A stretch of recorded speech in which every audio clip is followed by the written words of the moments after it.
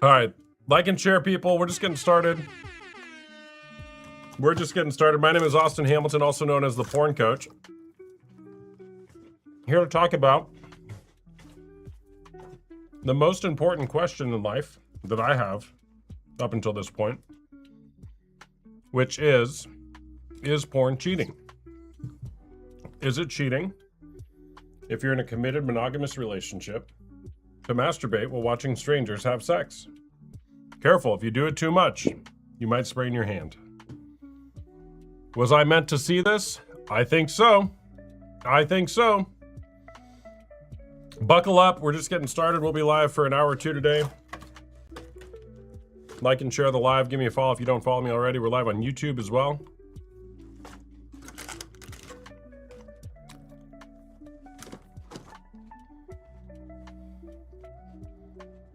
Look at me on the FYP today. Let's go, Hannah! What's up, Hannah? W's in the chat for Hannah. How do you know I'm FYPing?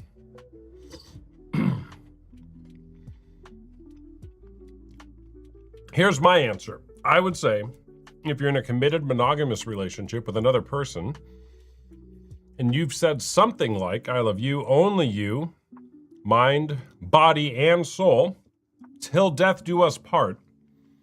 If you deviate from that, whether it's with a person on a screen or otherwise, I believe you've gone against the agreement, which is also known as cheating.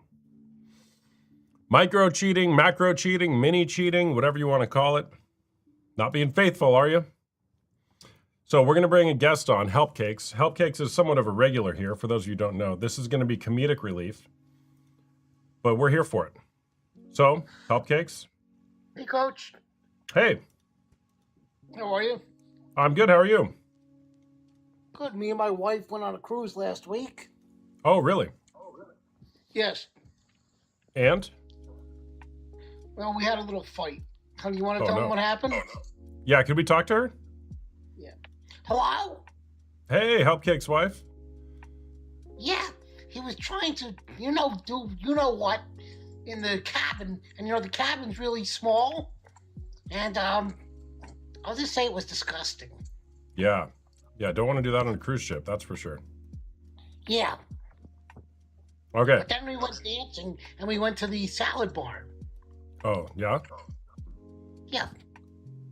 Cool. Was the salad good? Not really. Dried out. Yeah, cruise ship food is kind of hit or miss. All right, Helpcakes. Thanks for sharing. I hope your wrist gets better. Thank you. All right, bye-bye. All right. For those of you who don't know, that's Helpcakes. Helpcakes is a regular here. I don't know why he continues to watch my lives, but he always comes on and shares, which is great. Give me a follow if you guys don't follow me already. Again, my name is Austin Hamilton. I'm a coach. I help both men who are struggling with unwanted sexual behavior, who want to stop watching pornography, maybe start loving their partner better. And I also help women who are going through partner betrayal trauma and want to heal through the devastation that pornography and infidelity brings to the table. You can get more info using the little form thing below somewhere, or go to the link in my bio. All right, let's get another guest on here. Hi. Hey there, what's going on? How are you? I'm good, thanks. How are you? Good, and you? I'm Good. Good. You came through my FYP. Oh, really?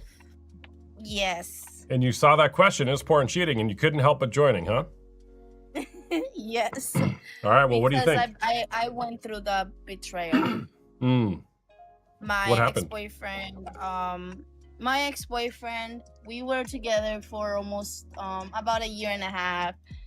And every time he would go to work, because he used to work at the airport, he was the shuttle person, at nighttime he brings people in or whatever. You guys know the drill, right? I don't have to explain it. But I've noticed some changes in him, right? And he would be basically going to the bathroom and whatever, or he would be sleeping in the living room. And I had this feeling that he was cheating on me. And I literally went onto his phone, and he even admitted that he cheated on me. He was watching porn. and that he cheated on me with one of his co-workers at the job, but he was not intimate with me at all. We basically, I was by myself, like I feel like I just broke up with him, right? But the I'm not saying that I was basically because I broke up with him, and then 2 years later I found someone and it was the same thing. And I feel like it's very, very disrespectful. Honestly, it is. I am married, and I wouldn't, like, me myself, I think watching porn is something very disrespectful in my book. That makes the person feel unwanted, unattractive, not being seen at all, and I just don't like it. Honestly, I really don't. If you're not gonna please your woman or your man, then why be with them? Like, be honest with them that you have an addiction. Don't hide that from them, because that's very disrespectful. Yeah. You know what I mean? I mean, it depends really. Like, if let's say I watch porn, right, and my man watch porn, and we come to agreement, then that's a different story, right? But if you have a loyal girl, and you go and you do everything for that person, and they're not intimate, and you're wondering why, and you find out that they're cheating, or watching porn, because my friend is going through that. She went through that. And so does your husband watch pornography now? No. No? Okay. How do you know? He hasn't watched that since he was last in rehab, I believe. And I trust him. He never gives me a reason not to trust him. We have an open communication with that. I communicated with him about my fears, and I go to his phone anyways. You know what I mean? Even though I have to trust him, and I do. Yeah. But I don't have to. Yeah. What did it feel like for you when you discovered your ex-boyfriend's watching pornography? Honestly, it pisses me off. It's very heartbreaking. I don't understand why men can go and do something like that. I mean, it could be an addiction. I'm not saying telling them that they're wrong. If you guys have an addiction, then get some help. I'm not saying that you're wrong, but they gotta also remember, what if they were in the other shoe? What if they were the one suffering, and their girl would be doing the same thing? It's like, we have to really think about our partner's feelings and how they feel about it. It's one thing if they're okay with it, but don't do it knowing that your partner doesn't like it. Do you know what I mean? Like, that's very disrespectful. I got you.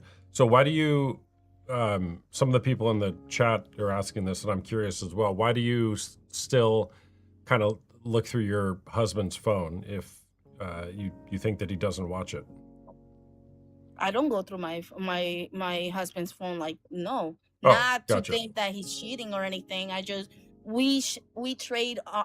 So when I was at my halfway house, because I'm in recovery, we switched phones just for the head, not because we didn't trust each other or anything, but we switched phones. And there were no evidence at all. You know what I mean? Like, I don't have that set mind, like, okay, is he cheating on me? But because I was cheated on, is something that he allows me to do to make me feel better. But I don't have that fear. You know what I mean? It's just like, when I first got with him, that's what we did, because he knew what I went through, and he just wanted to show me that he was a real one, and he won't do that. And he showed it to me. Like, he don't watch it. He doesn't even look at girls at the TV. like he feels uncomfortable doing that, because 1 minute it can be 1 minute, it could be set 2 minutes, it could be 10 minutes and whatever. And he told me, if I'm arguing with you, right, one day, and let's say we watch something and I see a girl, if we're fighting, I'm gonna look and it's gonna turn into physical cheating, or you know what I mean? So he has that communication with me. Yeah, got it. But I truly feel, no, he's not lying to me, and I'm not paying attention to the comments. Yeah. How old are you? I'm 30. 30. Okay. Well, thanks for sharing. Sorry you went through that. You're welcome. And I'm glad you're able to have open communication with your husband now. It's great. Yeah, he's a faithful one. Yeah, good. Thanks for sharing. You're welcome. All right, bye-bye. W's in the chat for our guests. Speaking of phones, you guys, I don't see a lot of my regulars here right now, which is fine. I haven't been on for a little bit, but on Saturday, I gave my wife my phone. I said, wife, I'm done with this thing. I'm scrolling mainly YouTube shorts. Like I watch things about tech and the news, like just stuff going on. And I'm like, I turned my phone off. I gave it to my wife. I'm like, I can't, just take it. Honestly, so it's been 2 days now. I don't even know where it is. My wife put it somewhere. She's like, I hid it from you so you don't get it. I'm like, I don't want it. Just take it away. And it has been so freeing. It has been so freeing not to have my phone on me. So, just want to throw that out there. What does that have to do with porn? I don't know, something. People are addicted to their phones. I certainly was addicted to my phone. All right, let's get another guest on here. Like and share if you like the live. Give me a follow if you don't follow me already. My name is Austin Hamilton, also known as the Porn Coach. I help people to stop watching pornography and to heal their relationships through coaching groups as well as one-on-one coaching. I thought you got, Caleb, geez. Whoa. All right, Beauty is her name. Hey there, what's going on? Hey, good morning. Can you hear me? I can hear you, yes. Good morning. Where are you calling from? I'm calling from Los Angeles, California. Los Angeles, California. It's still morning over there. We're just an hour ahead of you here in Phoenix. It's noon o'clock here. Yes. All right, is porn cheating? Absolutely. Absolutely. All right, why is that? Because it causes a lot of problems, especially when it's used out of control, out of context.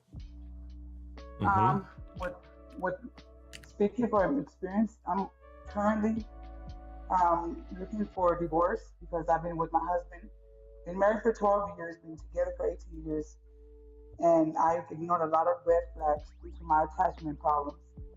But I got to where I'm tired of the lies, deception, and the porn use. He just thinks that there's no problem with it. Hey, real quick, sorry to interrupt, but I'm having a hard time hearing you. It's like you're on speakerphone really far away.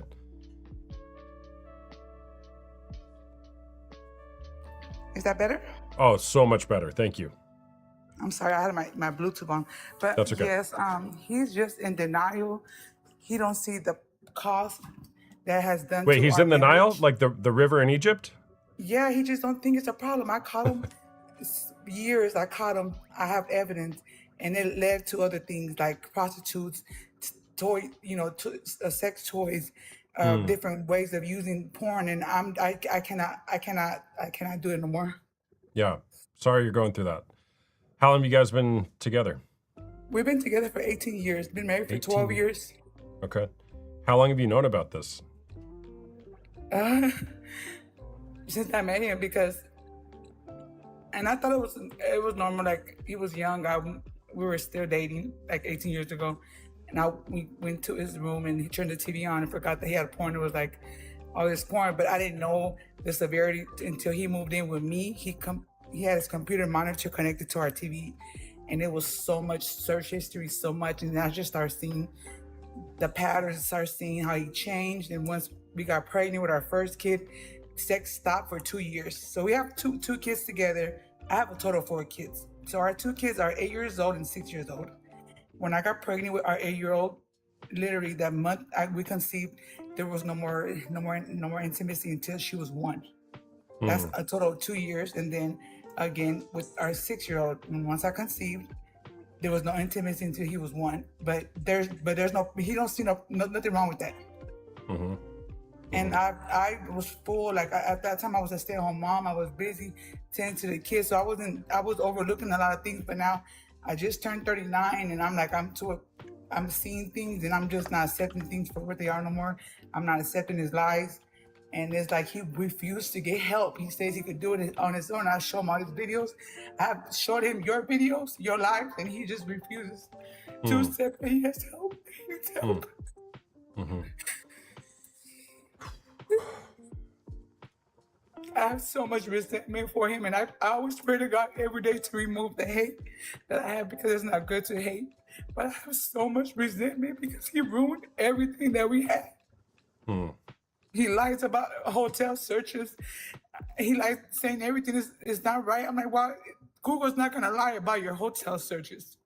You know, buying all these cock rings, and we're not even sexually active. Mm-hmm. Sorry. Well, don't be sorry. You've been carrying this around for a long time. I can just hear it.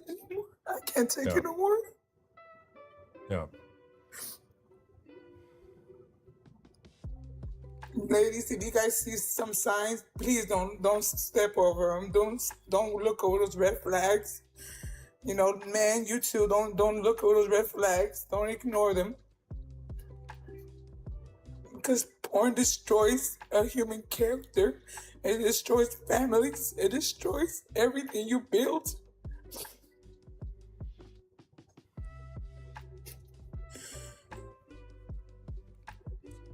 What do you notice about your breathing right now and your emotions right now? I feel a little relief because I'm heard. I'm in a place where I know everyone's dealing with similarities.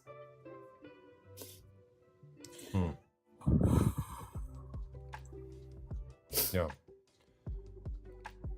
I Does just any- wish you get help. Yeah. Yeah, well, he's not getting help, right? And you're coming, you probably have been at the point of realization that he's not getting help. Yes, And you once waiting I for him to get help isn't going to work. Yes. I realized after 18 years, I caught him with a lot of different kind of cock rings. And I'm like, we haven't been intimate in 10 months. He calls and says, oh, I bought those to use them with you for your birthday, which is like 3 months from the day I caught him with those. And that's when I realized this is who he is. And he's not going to change. And I'm not going to bend myself backwards and hold this house, because that's all he wanted. He cares for is the image. Him being a husband, a provider. You know, that's all he cares about. But no one knows who he really is. And when I remove myself from his presence, I'm gonna remove that image from him, and he's gonna fall back, and he's gonna look so dumb because he lost his family and his kids to a disgusting lust. And I'm sure he's been active outside porn. I know it, all those hotel searches. So what about you? Who knows you? Who knows the level that you're suffering right now through this? I have a few friends, but I shared it with one or two, but in reality, they don't understand. They don't feel the severity of it. They say, oh, it's just porn. Like, they don't know what it comes with. They don't know. Yeah. They don't know. Yeah. It's way more than just porn. It's way more than just porn. I caught him, before we got married, I caught him paying for prostitutes. I caught him the evidence of, in his car, lubricant gels. I found a bag of 7 bottles of lubricant gel. I found he had a whole secret phone. I caught him on dating apps. He had all these apps where you could have a burner phone, like a phone number you could use.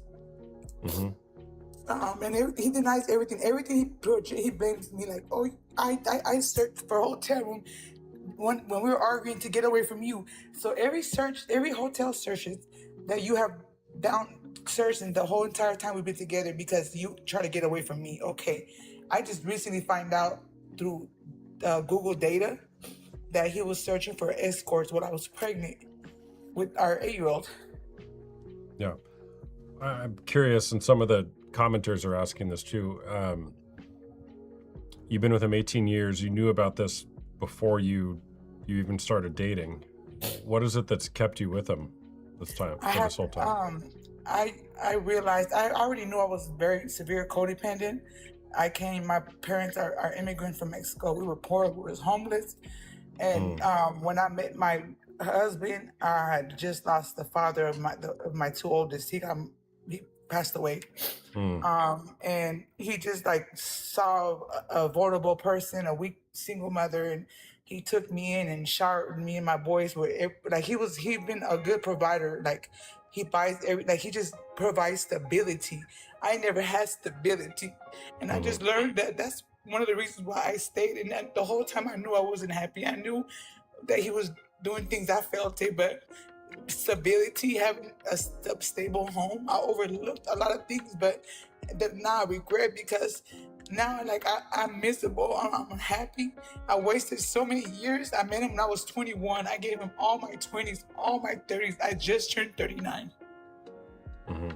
And he always blames me for everything. We don't, we don't have intimacy. When we do, it's like he just puts me on a pedestal and then just pulls the rug off. We just went on my birthday in October to Vegas. He wined and dined me. We were intimacy, and then the very next day, on my birthday, he goes and masturbates and lies and says that he didn't do it, but he doesn't know that I have a camera. I stayed because of my weakness and my attachment that I'm currently working on now. So now I took the attention off of him and what is he doing? Where is he up to? I took my attention off of him. I'm working on my attachment problems and why I put up with a lot of things. And just, bring that along in my further life because that wasn't right for me to do. Yeah. So as you're working on that, which is great, what have you uncovered or what have you noticed about yourself through that process? I have anxious attachment. I'm a people pleaser, and I see that too at work. I get over things really easy. I see a lot of my parents in me, a lot of my mom in me. My mom, she was not a good example of a parent. And I'm just not trying to be her, and I'm working on my ways of not seeing her and me when I parent my kids because I know the damage that it done to me. I wasn't never, besides being poor and homeless, my parents never accepted me for who I was because the kind of lifestyle that I left when I gravitated to African American people, and people gravitated to me. So all 4 of my kids are biracial. And my parents never accepted me for that, for who I was, who I am. So you have an incredible awareness of what's going on and you're working on this with your attachment style. What are you hoping for here? I want to successfully end this marriage, this fake marriage, because it's been fake since the beginning. There was nothing special. Nothing was special about her marriage. I'm talking about since the day we got married, because we never had a wedding. We didn't even go for dinner. I want to have a successful marriage, and I want to heal from my attachment wounds and my childhood wounds. And I don't want to attract any more or any one more of those kind of people, because those people destroyed you. And at my job, people love me. I'm me at my job. They could see me for who I am. I have to hide me at my home because of him. Are you still hiding? Not no more. As of my birthday, I call it my woke season. And when I turned 39, is when I realized, and it just hit me so bad. And it's a feeling that I cannot explain. As if I'm woke, like I'm woke to everything. Like I have like a transparency view of everything and how everything played out, all his traits that he did and all his love bombing and manipulation, nothing works no more, and he's losing his mind because he cannot control me no more. Mm-hmm. I've moved out of our bedroom. I have had a spare room. I've been living there since my birthday, October 10th. And I was sleeping on the floor, but I have to go to work. I have to get up at 5 in the morning, so I bought me an air mattress, and I call that my safe room, my safe place. Mm. You know, I can't be too close to him because I can't. I can't. And he's okay with you sleeping on the floor in the other room? At first, he wasn't. He wanted me back in the bed, but he won't have no more access to me no more. Any type of way. Like I stopped coming, like his family, Thanksgiving, Christmas. I stopped, and there's no more. He don't have the privilege to have me in his life anymore. That is over. And I've been doing really good. I've been standing on my boundaries really good, and I'm so proud of myself. And I feel confident that I'm gonna succeed out of this marriage and be a whole woman, different woman, better woman. Good for you. Real quick, Gainsy5, stop spamming. Stop spamming. All right, so you're taking responsibility, you're taking agency for yourself in this next chapter of your life, which is very hard. And you've been holding on to this for almost 2 decades. Yes. What's going to be required for you to continue moving forward into building the life that you're wanting to build? Hello, Ra. Good to see you.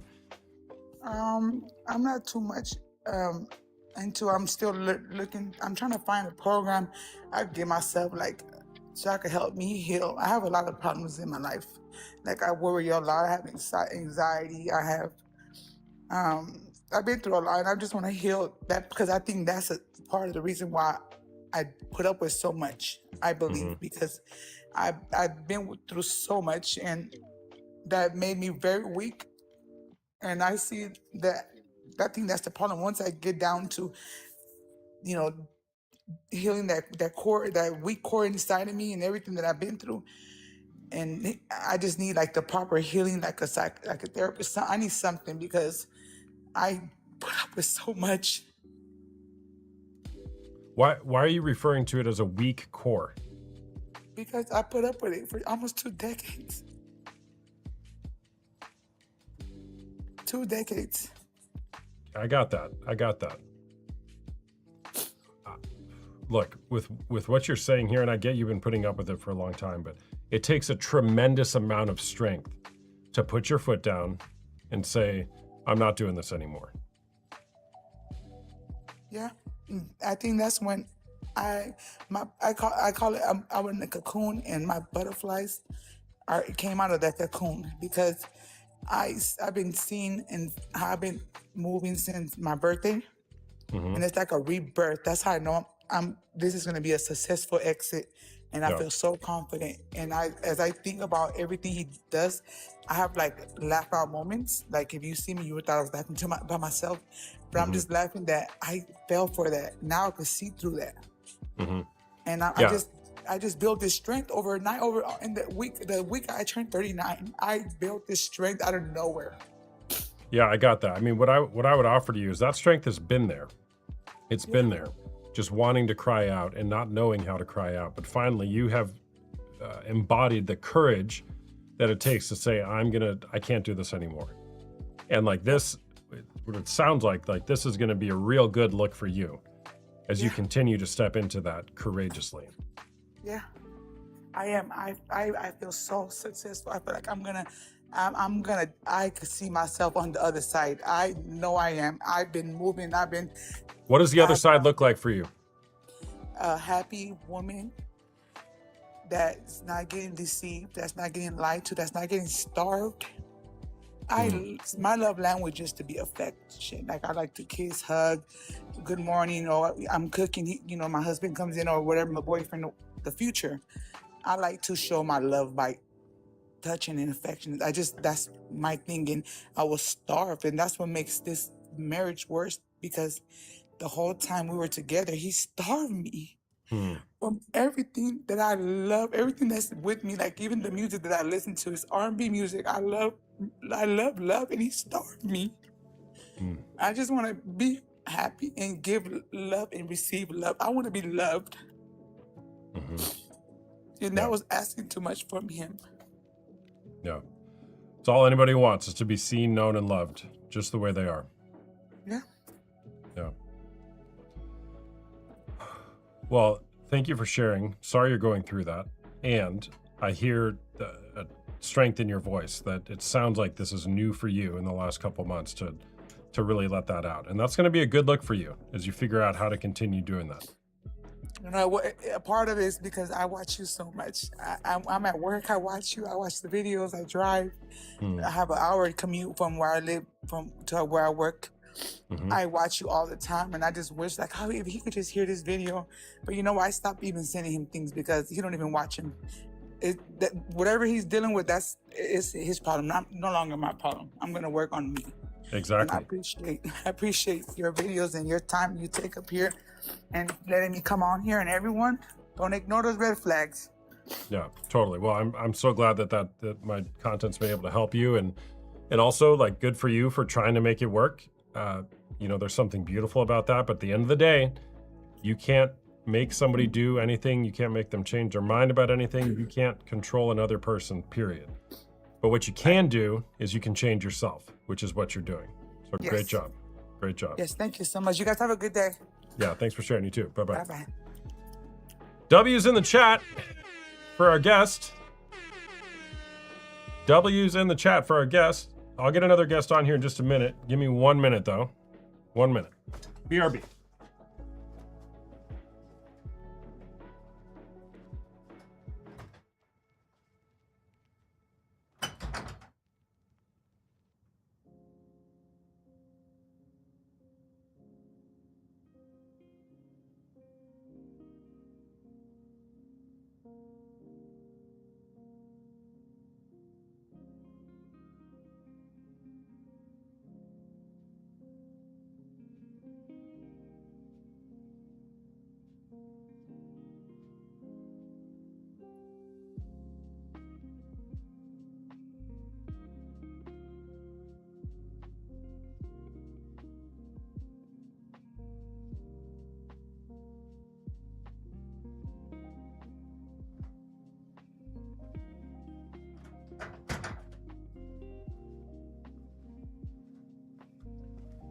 All right. All right, guys. Hey, for those of you who are new here, my name is Austin, also known as the Porn Coach. I do one-on-one coaching as well as group coaching, both for men who are struggling with unwanted sexual behavior, who want to break free from that, to stop the pornography, to stop the infidelity, and heal both their own heart as well as their relationship. And I also do betrayal trauma coaching for women who have experienced partner betrayal trauma. I work with both couples and individuals. We have coaching groups that meet on Tuesday nights or Wednesday afternoons. You can get info on that using the link in my bio and schedule a private call offline if you would like to do that. Well, online, but on Zoom, not publicly on TikTok. $1 for a 30-minute call just to see your situation, if I may be able to help or send you to somebody who can help. And you can also use, there's like a little thing down there, I think on TikTok, that allows you to send me a message. So anyways, but if you don't want to do that, you just want to watch the content, give me a follow. Follow button's up there. It's wild what people share on here, and I'm here for it. I know you all are here for it as well. So let's get another guest on.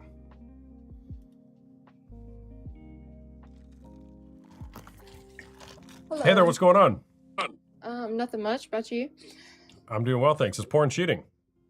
It is. It is. All right, why is that? I think that it creates a lot of problem within your relationship, and it creates these false perceptions of how you think things should be within your sex life. And I feel like sex is a very important part of a marriage or a relationship. And whenever you create these like perceptions that things should be a certain way, kind of ruins the intimacy within sex. I think it's an intimate thing between two people that love each other, and it shouldn't be broadcasted. Mm-hmm. But What do you have experience with watching pornography or being in a relationship with somebody who did? So my situation is kind of unique. I've been with my husband since we have been 13 and 14. And he had a lot of issues growing up, like being abused sexually and things of that sort. And I know there's a lot of research saying that it can lead you to be over sexual, not wanting to be, but it does, and causes you to have problems in that area. And he's talked to me about it. We're now 22 and 21. We got married in November. Congratulations. Thank you so much. He hasn't done anything out of the way in a year and a half, and you're probably gonna look at me like I'm crazy for marrying him last November, and I probably sound like a lot of those girls that are in denial about their spouse continuing to do things. I don't put it past anybody. I genuinely think that it's an addiction problem, but I don't necessarily trust when people say they don't, because it's like an alcoholic. Like if you ask them, hey, they're not going to be open about an addiction. It's embarrassing for them, you know? So I never go without thinking that maybe he hasn't. But anyways, did he get help for it? I mean, why wouldn't you believe? He had, he went to therapy sessions. He did do that. Now this, I will say, this is something that when we were younger, we did talk about and create a boundary. And he knows it's wrong in general, even without the boundary. We're not the type of people that say that it's okay if it is an understood thing between the couples. We think it's wrong no matter what. But he told me that he understood that he shouldn't do it. He knows why it's wrong on both levels, both sides, you know, not just men. Yeah. But back in October of last year, he asked me to look on his phone to text somebody back, and I did, and I slid out of it, and I saw that he had a deactivated Twitter account, and I asked him about it, and he kind of sat there for a minute, but then he ended up telling me the truth. And that was right after we got engaged, and I told him that I couldn't be with him. You know, I couldn't be with someone that's not going to respect my boundaries. And he understood exactly what I was saying and offered to go to therapy and said that it wasn't something that he wanted to do. And, you know, I sat back and I tried to take it in consideration that it's something that he says he didn't want to do. I don't understand why anybody would offer to go to therapy and offer to do something different if they genuinely didn't want to. They could just go and be single and watch porn, you know? Yeah. Well, I mean, you know, somebody who, like what you're describing, somebody who's like, hey, I realize this is a problem. I'm educating myself about it. I want to get help. I'm getting help. I'm seeing a therapist. You know, those are all great things. And that sounds like a recipe for like, yeah, probably believe this person. Yeah. I think the cases where I'm like, yeah, maybe not, is when they don't do anything to try to be free from it. Yeah. And then they're like, oh, just trust me. Well, what have you done? What have you done to indicate that I might be able to see behavior change? Right? So are you a therapist, or I was gonna. Yeah, I'm not a therapist. I'm a coach, but I specialize in this area, and I do this professionally. Okay. I was just wondering. Yeah, I've never personally talked to anybody about it other than like friends. You know, it's just one of those things. Of course, it's cheating. It's wrong. But you don't really know how to handle it because it's so societally normal. You just don't really know how to attack it. I just always felt like it was wrong. Like he even talked to my brother about it, and my brother was kind of like, you know, I mean, I don't know a guy that doesn't do it. So it kind of, you know, it shoots down the way you feel whenever people say stuff like that. But yeah, you know, well, that's an opportunity to look at your friends. Well, it was. He doesn't know a guy, or your brother. Yeah, you know your brother. I know, right? I mean, I look at my friends. I don't know a guy who does do it. Right? It's just who do you surround yourself with? Exactly. And that's exactly what I said. And it's just kind of, and even my husband just sat back and was like, man, I was coming to talk to you because I looked up to you as a man, and I thought maybe you would be a little bit different and could help and show me some insight. But it's kind of hard when a lot of people does, you know, that's normal for most people. Yeah, it is very common for a lot of people. Yeah. But, you know, it's I guess I was looking for some sort of insight. I also hate that I do hold resentment. I always describe it to him this way, that it's like, I don't, every time something like this happens, which has been very seldom. We've been together 8 years, and I mean, I know he could have been doing it a lot more than I know. I'm not stupid, but all things come to light, and throughout 8 years, I feel like if he was doing a lot of wrong, it would come to light by now, if not later, you know? But I feel like he's a very good guy, and he understands when he does something wrong. I just don't know how to handle the resentment for the past person he was, and like I said, that's how I describe it to him. Every time something like that happens, I kind of view him as a different person, and I try to get over it and think like, oh, that guy that I used to date, you know, that guy that I used to be with, he was a piece of shit. Yep. Absolutely. And I just don't want to view him as this bad person, because he's genuinely not. He just has an issue, and he acknowledges the issue. And if he wants to get better, then, you know, I can't be mad, but I hate that sometimes I find myself mad. Yeah, I got that. All right. So first of all, Lex, I see you in the queue. I'm going to get you on after this guest. All right. So you said he was abused when he was a kid? Yes. All right. So here's one way that you can shift that, what you're calling, did you say resentment towards him? Yeah. Yes. Yeah. So look, behind every man who is struggling with pornography is a story that's dying to be told. Okay. Like you said, oftentimes childhood sexual abuse does fuel what can be pornography use or pornography addiction. It's not always a one-to-one, but it can oftentimes be correlated. All right. So look at the whole story of what got him from being that young boy, that 6-year-old boy, what happened to him when he was young. And then whenever pornography was introduced, what he was trying to escape or run away from his childhood that got him into making the decisions that he made, to now seemingly repenting, turning from it, and wanting to have a healthier sexual ethic as he brings that into his marriage. See, there's a bigger story there than, just a person who is doing bad things, right? When you can see the full person for what they have suffered through, the trauma that they have experienced, the ways that they learn to cope with that, whether healthy or unhealthy, then you can see the full context of the story and hopefully draw into some compassion towards the person and shift out of bitterness or resentment. Okay. Yeah. Does that make makes sense?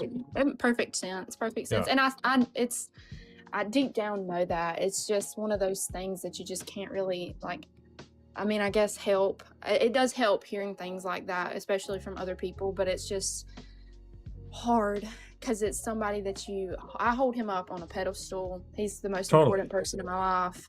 Yeah. He's the man. Like I view him as a strong person, and knowing that there's a lack of self-control bothers me, or there was a lack of self-control bothers me. Lex, don't go, man. I want to talk to you.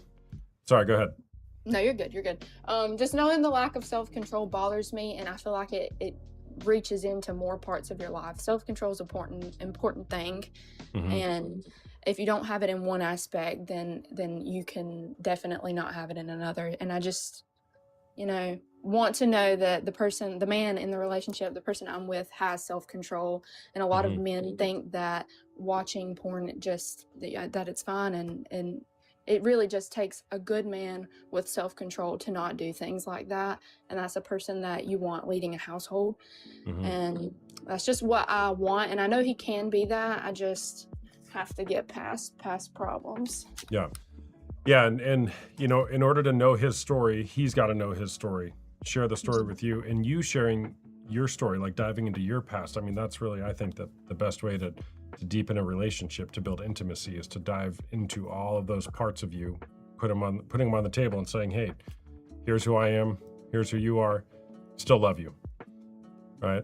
And you guys are so early in your marriage. I mean, there is so much time to work on this, and by you even taking this on now is incredible. Most people never even come to an awareness that there's a problem in their relationship, and you guys doing it right now is awesome. So good for you. Thank you very much. I love what you're doing here, by the way. I know you make a lot of women feel heard and men feel feel like they're not the only one, so that's Mhm. great. I think Yeah. you should keep doing it.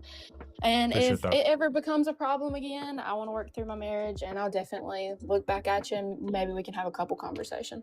Well, on that note, I would just say, my women's betrayal group, it is designed for people like you who are looking for a place to process through everything that they've been dealing with in their relationship, right? Even if your partner's not currently watching porn, there's way more to healing than just him stopping the behavior. So, Right, exactly. So yeah, Yeah. it should be something that it's something I'll definitely look into as well. yeah, thanks for sharing. All right, thank you. All right, bye-bye. Okay. All right, W's in the chat for that guest. And Lex is gone. Fortunately, dang, I really wanted to talk to Lex. Oh, it's okay. Probably saved me some what's the word? We'll just say some guests take a little bit more emotional regulation than others. If you followed me for any amount of time, you know what I mean. Headache is a good word, Leia.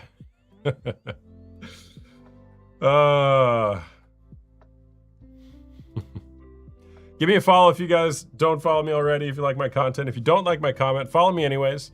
Come back and argue with the people in the comments sometime. We'd love it. Hey there, what's going on? Hi, can you hear me? Hi, I can hear you. Is porn cheating? I believe it is, yeah. You believe it is. All right, why is that?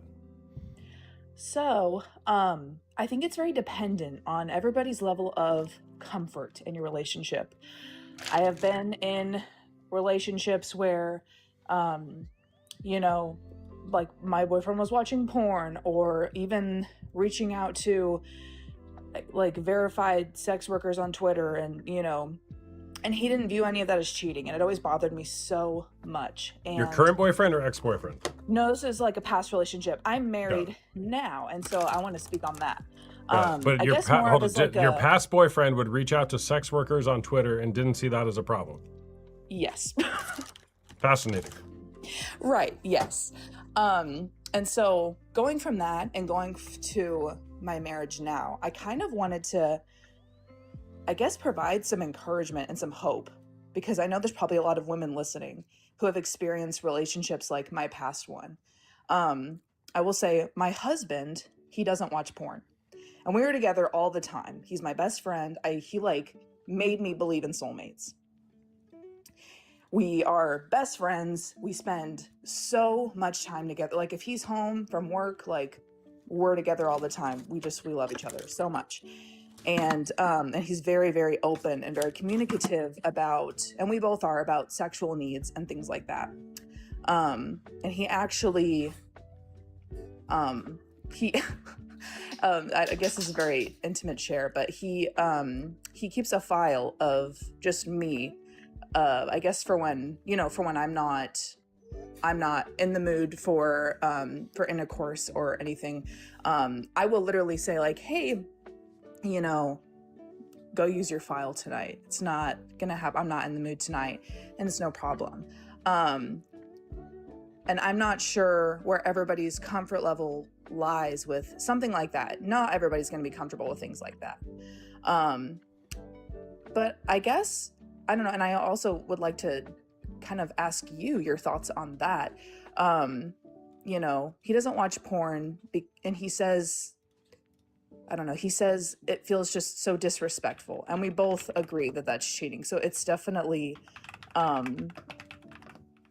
don't know, it feels very respectful and transparent, that we both have the same, I guess, comfort levels with that kind of thing.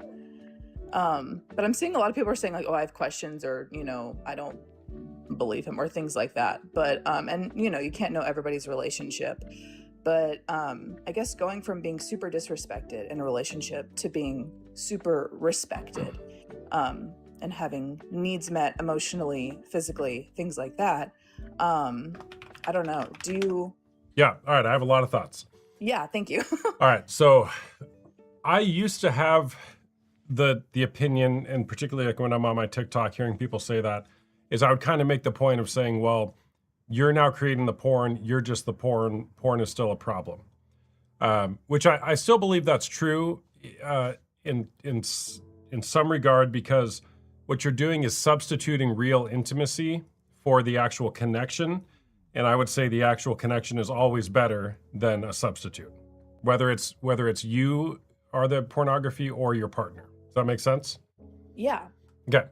Now, I came across this research paper by a guy named Michael C. Ree, R-E-A, Michael C. Ree or Ray, I don't know how to pronounce it. And I think he's a PhD of some sort. He wrote a paper in like 2001 called "What is Pornography?" It's like a 30-page research paper, and I'm not fully done reading it yet. It's kind of heady. And don't quote me on this. Go read the paper for yourself by Michael Ree.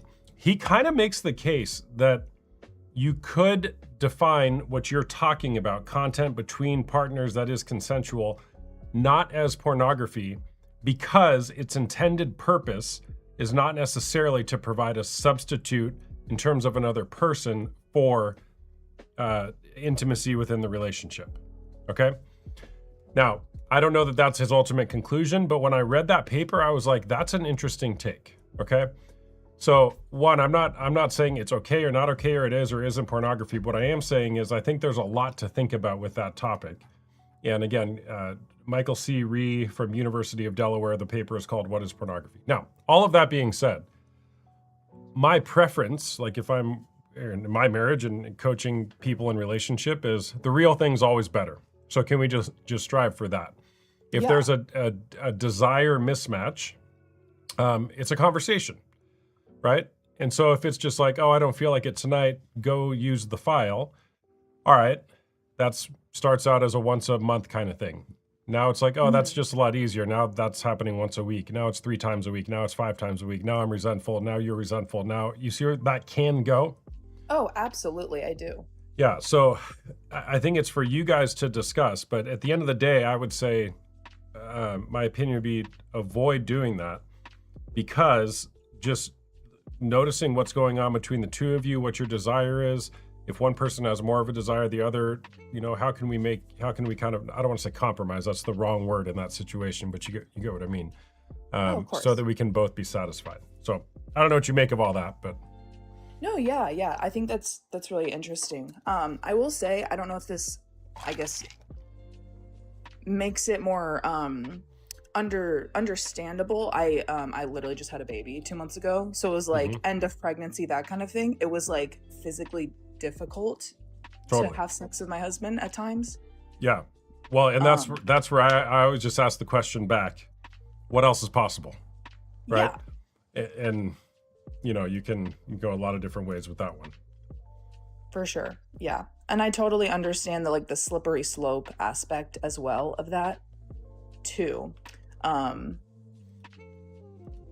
But that's very do you have like a link or somewhere where you could find the paper, or could you tell me again? Where? I don't have a link. Just Google Michael Ree, R-E-A, "What is Pornography?" and you'll find it there.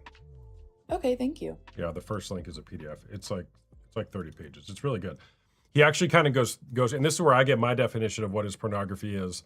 It's imagery usually depicting an organ or multiple organs of a person with the erotic intent to arouse.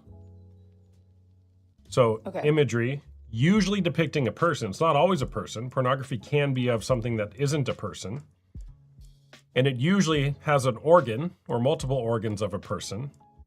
And it has the erotic intent to arouse. Okay. And I think that's where the part of whether it's okay in a marriage would be kind of around the word erotic, right? Erotic meaning not necessarily the most connecting and intimate, as opposed to just I need something, right? Mm-hmm. Okay. So, yeah. Well, I really appreciate that. And the other thing I would say on that is once it's digital, you can never guarantee that it will never be leaked. Yes, absolutely.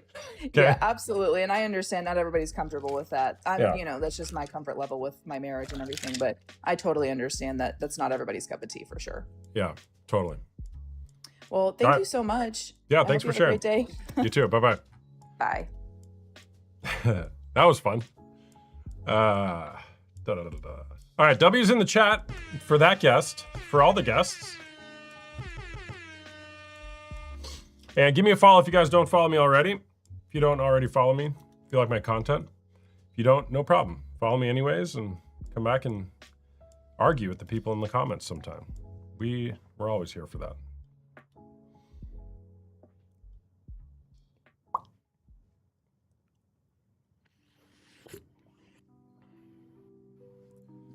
Hey there, what's going on? Hello. Oh. That was an accident.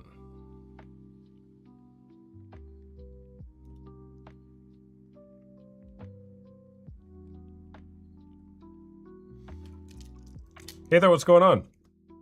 Not much. How are you today? I'm good. Toaster bat.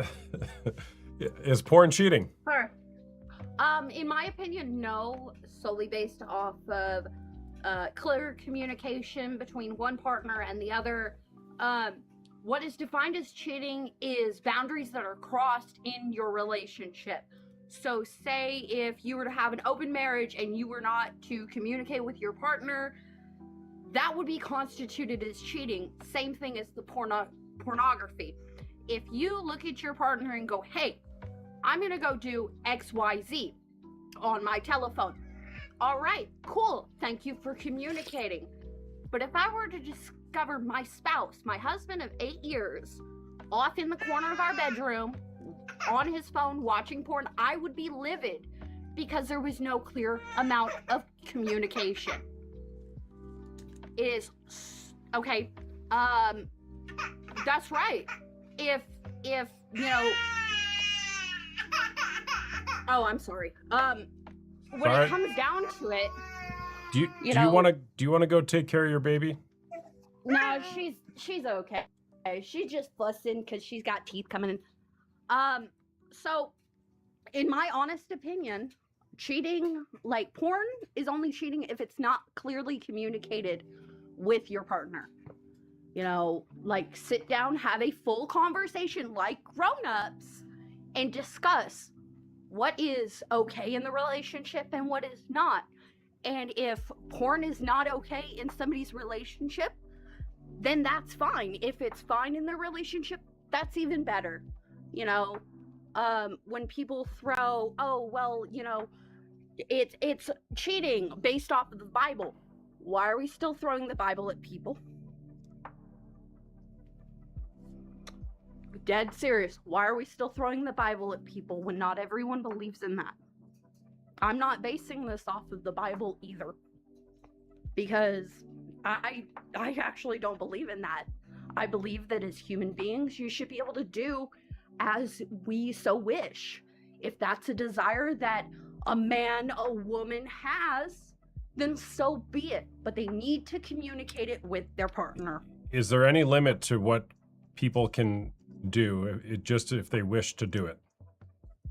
I mean, as long as they're not outright hurting people, you know? Oh, As long so as there they're is a doing limit. it in- There is a limit then. There is a limit, yes. Got it. You know, So you don't. If- so you if I don't look wish. at my- You don't think that people should be able to do whatever they wish to do.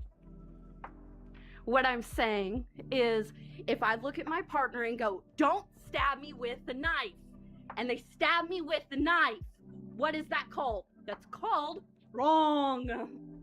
If I tell my partner, hey, I'm okay with you watching pornography, but do not make that your sole connection, everything can become an addiction. Shoot, walking outside can become an addiction if you're doing it solely for the pleasure. Walking outside can become an addiction if you're doing it solely for the pleasure. Exactly. Got it. All right. So are you okay if your husband watches pornography? Absolutely. In fact, Okay. I'll say this. I can go through my husband's phone at any point that I so choose, and I discover naked women on my husband's phone. Does it bother me? No, because he's not using that as his sole form of erotica. Got it. You know, Got my it. All right. husband's also an artist, so he uses those naked women as a form of, what is it, muse to Got it. draw. All right. So, do you have an expectation that your husband only have eyes for you? Absolutely not. My Absolutely husband has shown me the way that men will look at a woman's butt without their woman ever knowing. All men do it. Don't tell me they don't, because I know they do. They don't. Every man. Oh, yes, they do, baby. No, they yes, don't. they do. Not all men do. You might not, but I'm going to keep my opinion to myself on that. Well, is that an opinion or a fact? You stated it as though it's a fact that all men do that. See, here's the thing. You have an opinion. I have an opinion. We all have opinions, and you know what? They're just like buttholes. They all smell. Well, So, I don't care if you have opinions, but I'm asking you, was that an opinion or was that a fact?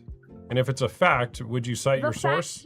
The fact that you're stating you don't stare at a woman's butt when she's walking by so your girlfriend doesn't catch you sounds like you're lying. It really does. Because here's the thing. It's in the innate human nature to find attraction in creatures and in beings. Okay? Okay. Let's put So it this way. I'm what's pretty what's sure the point? you- What's the you point of have a marriage? spouse, right? What's the point of marriage then? I'm pretty sure you have a spouse, correct? I do have a spouse. Did yes. you? Okay, so when you decided she was pretty, were you staring at the ceiling or the ground or away from her to show that she was pretty? No, you weren't. Because you're with her.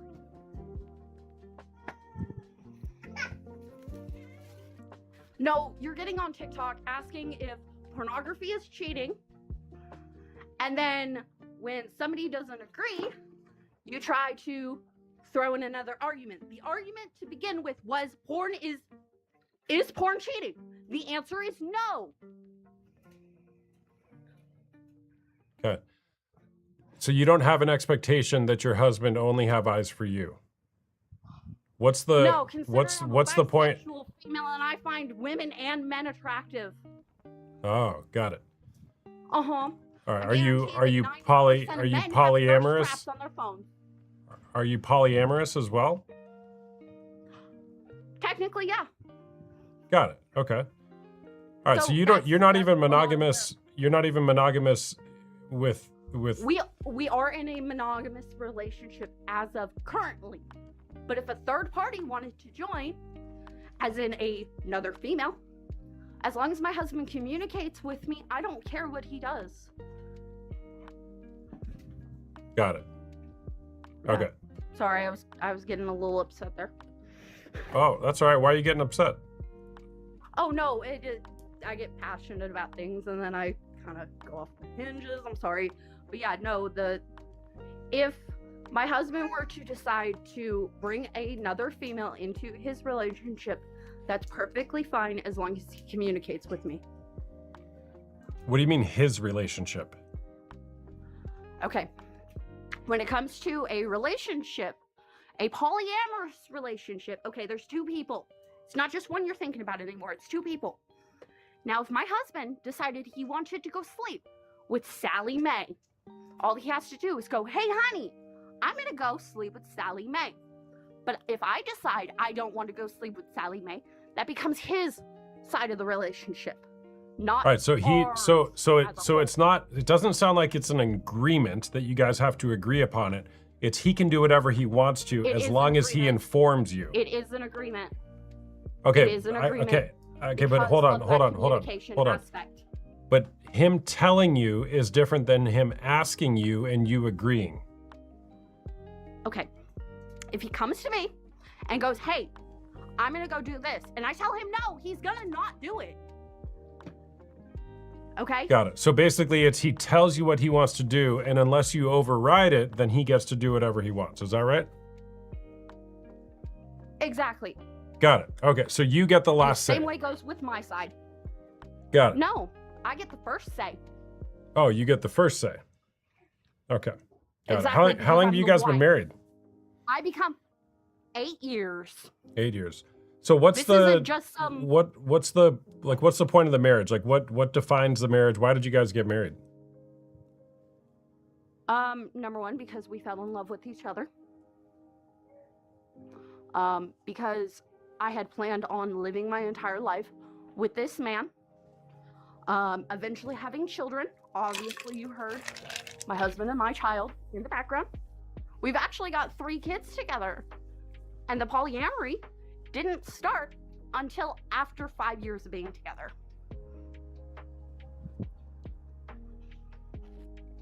Got it. So you guys do act upon that, and you have before? Yes. Got it. How often do you do that? It really depends. It really depends. At the current moment, it's just him and I. In the past, we've had a girlfriend. Now, the line that is drawn is I'm allowed, and my husband is allowed to sleep with females, but we draw the line at men. Because in my husband's mind, if I were to go sleep with another man, that is full-blown cheating. Because men imprint on women, not women imprinting on men. Yeah, what do you mean imprint? The chemistry. What do you mean? The chemistry between two. Okay. Like if you were to sleep with a man, you might fall in love with that other man? Exactly. Got it. You know, So okay. so it sounds like there may be a little bit of lack of trust then. If you were to be with another man, you might go fall for that man.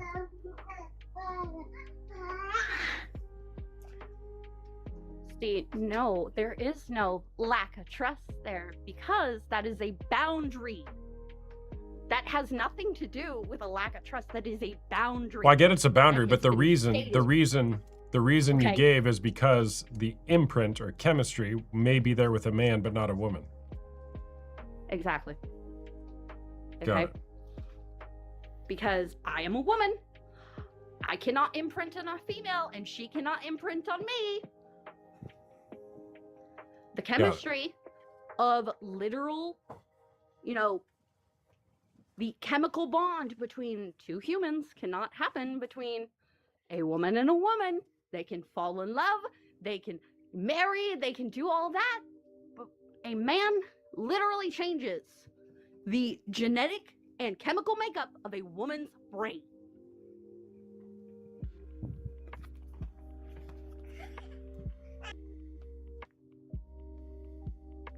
And she saw herself out. W's in the chat for that guest and all our guests. We'll always give W's. Okay. All right.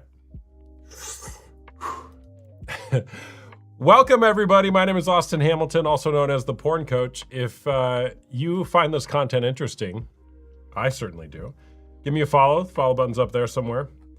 If you are a man struggling with unwanted sexual behavior and you're wanting help with that, I have coaching groups for men on Tuesday nights or Wednesday afternoons where we go through the history that got you into the unwanted sexual behavior, whether it's pornography use or infidelity, and also how to heal. We have a great group of guys that support each other and meet together to be healthier men. I also lead coaching groups along with some of my other female colleagues for women who are struggling with partner betrayal trauma. If you want to heal together in community, whether you're a man or a woman going through whichever side of this whole pornography, infidelity issue, I've got groups for you. You can go to the link in my bio and schedule a call for me, or call with me if you'd like to have a non-public on TikTok conversation about your situation. And we can go through what options there may be for you. And if not, give me a follow. Come back.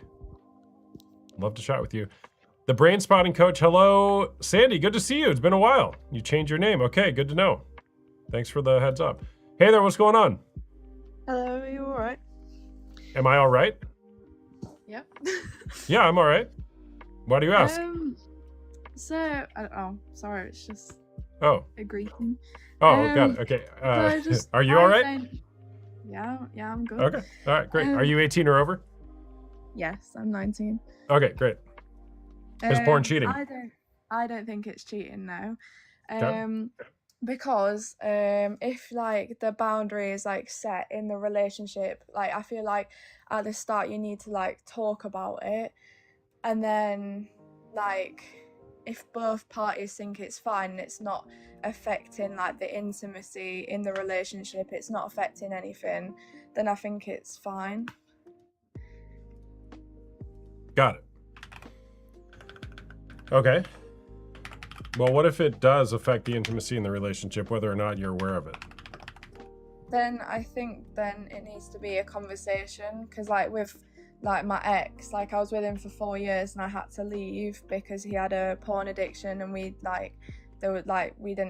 wouldn't have sex with me. He'd rather just like lay in bed literally next to me watching it, and it really took a toll. So then obviously when I got with my current partner, we had a conversation about it, and we feel like every once in a while, like it's fine, it doesn't affect us, our intimacy is great, like we don't see a problem with it whatsoever. And like my current boyfriend got help for like it before, so yeah. Got it. Well, let me read something to you that I read periodically here on the live, and then I'd be happy to keep chatting. But this comes from one of my favorite authors and researchers, Jay Stringer. The more you use porn, the more it adversely affects your sexual life. And research has actually shown that the best way to have less sex and less satisfying sex is to watch porn. Because porn simultaneously overloads you with sexual stimulation while also teaching you to only consider your own sexual desires. Porn is so appealing not merely because it is erotic, but also because it lets you create a world where nothing is required of you. Whereas real sex asks you to know and develop your desires, while also learning to study, delight, and call forth the desires of another. Therefore, if you want to limit your sexual potential, porn is the fastest route to do so. So that's just the research. I'm not asking you to agree with that, but that study and a lot of studies do indicate that porn use, particularly over a period of time, always creates a wedge between a couple when it comes to intimacy. Anyway, so you're in a relationship currently, and your partner does use pornography. Do you use it as well? Yeah, but not often. Got it. Why? And it doesn't, like it said in that what you read out to me, it doesn't affect us whatsoever. Like our intimacy is like always been great. We've never ever had a problem. Got it. Why do you use it? Because he's in the military and he can't always like be here with me, and he's away months at a time. So it's just, I don't know. I don't watch it often because I don't need to, because I'm not really bothered about it. But like I've set like the boundary in place, like it's not affecting us as a relationship. We're not watching it often. I think it's fine. Got it. All right. So he's in the military. He's away for months at a time, and you guys want to be intimate, but you can't be because of the physical distance. And the solution there is for him to go masturbate while watching strangers on the internet have sex. Yeah. Got it. Why are you laughing? I don't know. Cause like, I don't know, cause like I know, like obviously I can't like look on his phone and see like, oh, he's watching it more often than he tells me. But like we're very like open in the fact that we talk about everything, like anything and everything. And it's like if he watches it, he will tell me. If I watch it, I tell him, and it's not a problem. Like even at the start, we set the boundary. We don't want each other to watch it often, and that's just, I don't know. What kind of porn? What kind of porn does he watch? Huh? What kind of porn does he watch? I don't really want to share that. Oh, why is that? Because that's his personal business. Got it. Do you know the type of porn that he watches? Yeah, because we talk about it. Like we've talked about it before. Like What Do you think? believe you know the totality of the type of porn that he watches? Yes, because I trust him, and he's never ever ever ever given me a reason not to trust him. Got it. Yeah. All right. Well, porn use always escalates into something else, whether that be different types of content. Could be physical cheating, not in every case, but in many cases it escalates into physical cheating. And something that we know about pornography is that in order to keep the hit going, we have to get to more interesting, risky, perverse types of content. Not in every case, but in many cases. And I've seen it so many times where somebody starts watching a certain type of pornography, and next thing you know, they're watching whatever. And it's like, well, how did I end up there? Well, it's because over time, watching pornography, your brain kind of just gets numb to it, and you have to keep on upping the ante. So for what that's worth to you, there may be other types of content that he's watching, and for everybody listening, that you might think you know what he's watching, but there might be something left out of that equation. Yeah. Yeah. Yeah, no, that makes sense. Yeah. Are you guys married or just dating? We're engaged. You're engaged. Got it. So for how long are you guys gonna use pornography? Like, will it always be like that, where you'll masturbate while watching strangers have sex, or do you think at some point you'll just kind of turn back towards one another? I feel like and when we can live together, I feel like then it will stop, because then obviously whenever he comes back or I go to see him, we're intimate the full time. So I feel like if we live together, then it will be not be used anymore. Got it. Who here in the chat has thought that as well, and it didn't go that way? You thought that once you got married or once you started living together that the pornography would stop, and it didn't work out that way. Who here experienced that? Someone said, me, LOL. It never stops, not gonna happen. It never goes that way. They just hide it, it won't stop, they don't care. This guy raised his hand. Doesn't stop. It never stops, not easy to stop. Married now, hasn't stopped. So, look, I hate to break it to you, Chloe. It doesn't work that way. Maybe it will for you, I don't know. But So does that mean you need help to stop watching it, or? well, help Right. is usually part of the equation, but you have to look at why you're using it in the first place. To go from, I don't know how old you guys are. How old are you? Your 20s, 30s? I'm 19 and he's 21. Okay, so he's 21. So let's say he started when he was 12 or 13. Statistically speaking, he was probably exposed by the age of 12 or 13. So he's got almost a decade of experience using pornography. And I'm just going to go with the averages. Let's say he's using it a few times a week for a decade. That's just not going to stop overnight without some sort of intervention or professional help, some sort of guided process.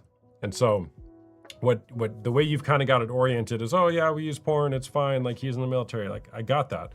But there's something deeper going on here. And that deeper thing, like that quote I said, is, oh gosh, there's fire in my office. My candle just got to the end, so there's all this smoke. So there's something deeper going on, which is, I want what I want right now, and you're not available, so I'm gonna go use somebody else on the internet to get that thing. That's the pattern that's being ingrained in him. Yeah. And just by you guys, by physical proximity being closer, won't change that. Because like that quote, it teaches you to only care about yourself, and pornography doesn't require anything of you. So he now can be like, oh, I don't need to do anything or be anything in order to go get off, have a sexual encounter with a woman. I'm going to go do this thing. That's not going to change overnight. Yeah.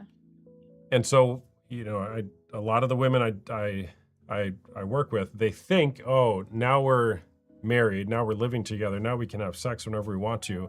It's going to be fine. But what they realize is it doesn't really change anything. Because there's an underlying issue, probably, what's causing him to go to pornography in the first place. Yeah. Yeah, no, that makes sense. Yeah. Yeah. How do you really feel about him using pornography? Fine. Like, honestly, I feel completely fine with it. Or just because at this current time, because obviously I can't speak for what it's going to be like in the future, but right now it's not affecting my relationship, it's not affecting me. So right now, currently, I am completely fine with it. Got it. Would you rather him not use pictures and videos of other women, or would you rather that he does use pictures and videos of other women? Oh, that's a hard question because it's a hard one because like I don't know, because like I would prefer for him to like not, but then it's like at the same time it's not an issue to me. Like, Why would you prefer him not use other women to get off sexually? because I love him. You would, okay, so you love him and therefore you would want him to not use other women sexually? In an ideal world, but we've spoken about it and it's not like upset me or like made me feel insecure or like made me worry about the relationship, so I don't feel as of right now it's like a problem. Like if it became a problem, then obviously I would just be like, come on. Got it. What would have to happen for it to become a problem? If it was like an addiction, I feel like if it's an addiction, then it's a problem. And like, how would if you it was, define like, how would you define addiction? like watching it all the time, Can you be specific? like every day. Every day. Got it. How often does he watch it currently? Every few months. Every few months. Like barely. Like obviously from what I know, because obviously I don't know. Like I can't speak for like what he does. But Okay, so you really don't know. I feel like I do because I trust him, but then obviously I know people in the comments are gonna be like, "Oh, you don't actually know what he's doing." Like, it's like. Well, Yeah. do you feel like you know, or you know because he's told you and you believe him? Yeah, I know. I trust him. I believe him. We talk about everything. There's never been any lies. Never been any problems. I trust him fully. All And right, he's look, not let me just take an aside. If there's never been any lies or never been any problems in your relationship, that's a huge red flag. Oh. Like any marriage and family therapist who has somebody in their office and they're like, "Oh, everything in my childhood was perfect and my husband and I have zero problems." Red flag. Yeah. It's like when you put two people in relationship with one another, there's always problems. Oh no. What? Yeah, maybe. I don't feel. I feel happy right now. So. I'm not saying you can't not feel happy, right? And I don't want to make too big of an issue out of it, but just think about that. There's got to be at least one problem. I don't like. We argue sometimes, but like that's not an issue. All right. Like, has he ever farted or anything? What? Never mind. Okay, you argue sometimes. Doesn't fart. Yeah. Okay. All right. So he watches it every couple months. You think, but you don't really know. But you think he's telling the truth, and you don't. He's never lied to you, and you don't have any problems. Yeah. Got it. Okay. And you would only have an issue if it was an addiction, and an addiction, as you would define it, is if he was using it every day. Yeah. Got it. Okay. And like if it was like ruining like intimacy. Got it. But it's not. Okay. All right. Well, thanks for sharing. Anything else? Thank you. No, that's it. Thank you for letting me speak. All right. Take care. Yeah. Thank you. All right. Bye-bye. W's in the chat. Be right back. Be right back.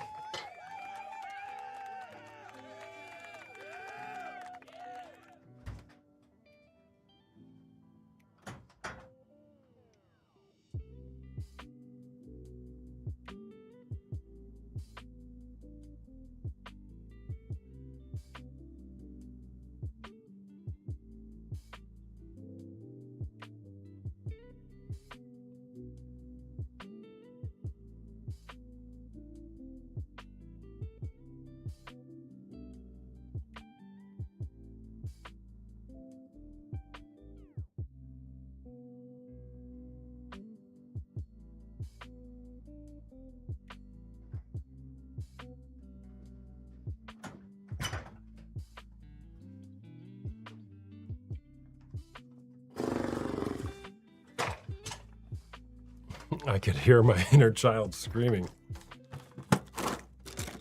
Anybody go to Trader Joe's?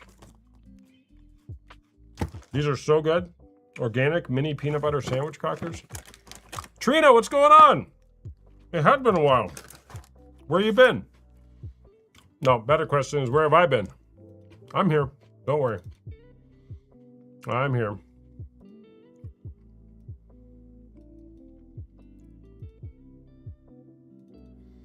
What's up, Kayla? Having a good midday live here.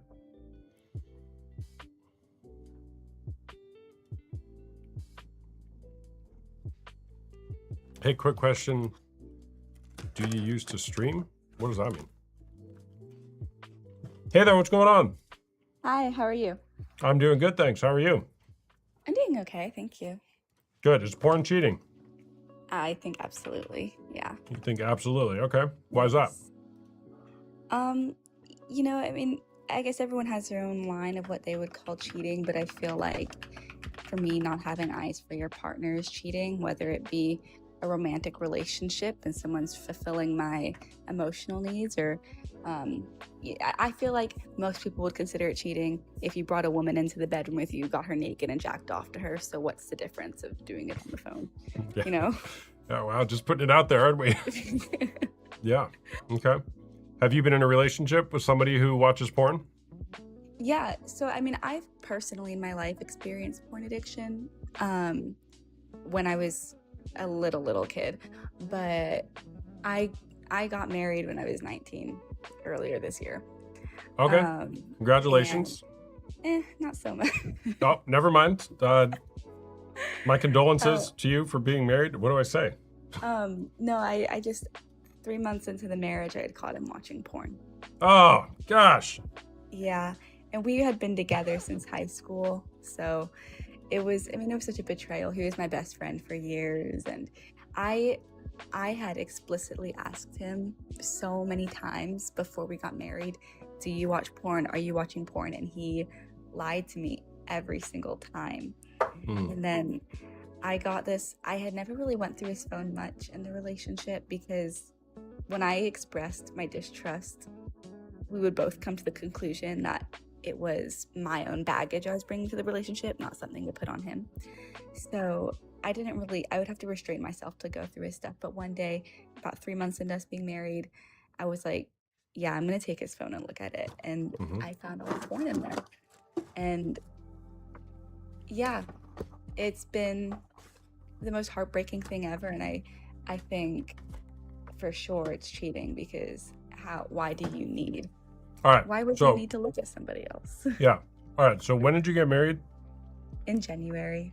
Okay. So this just happened. Yeah, in April it started. All right.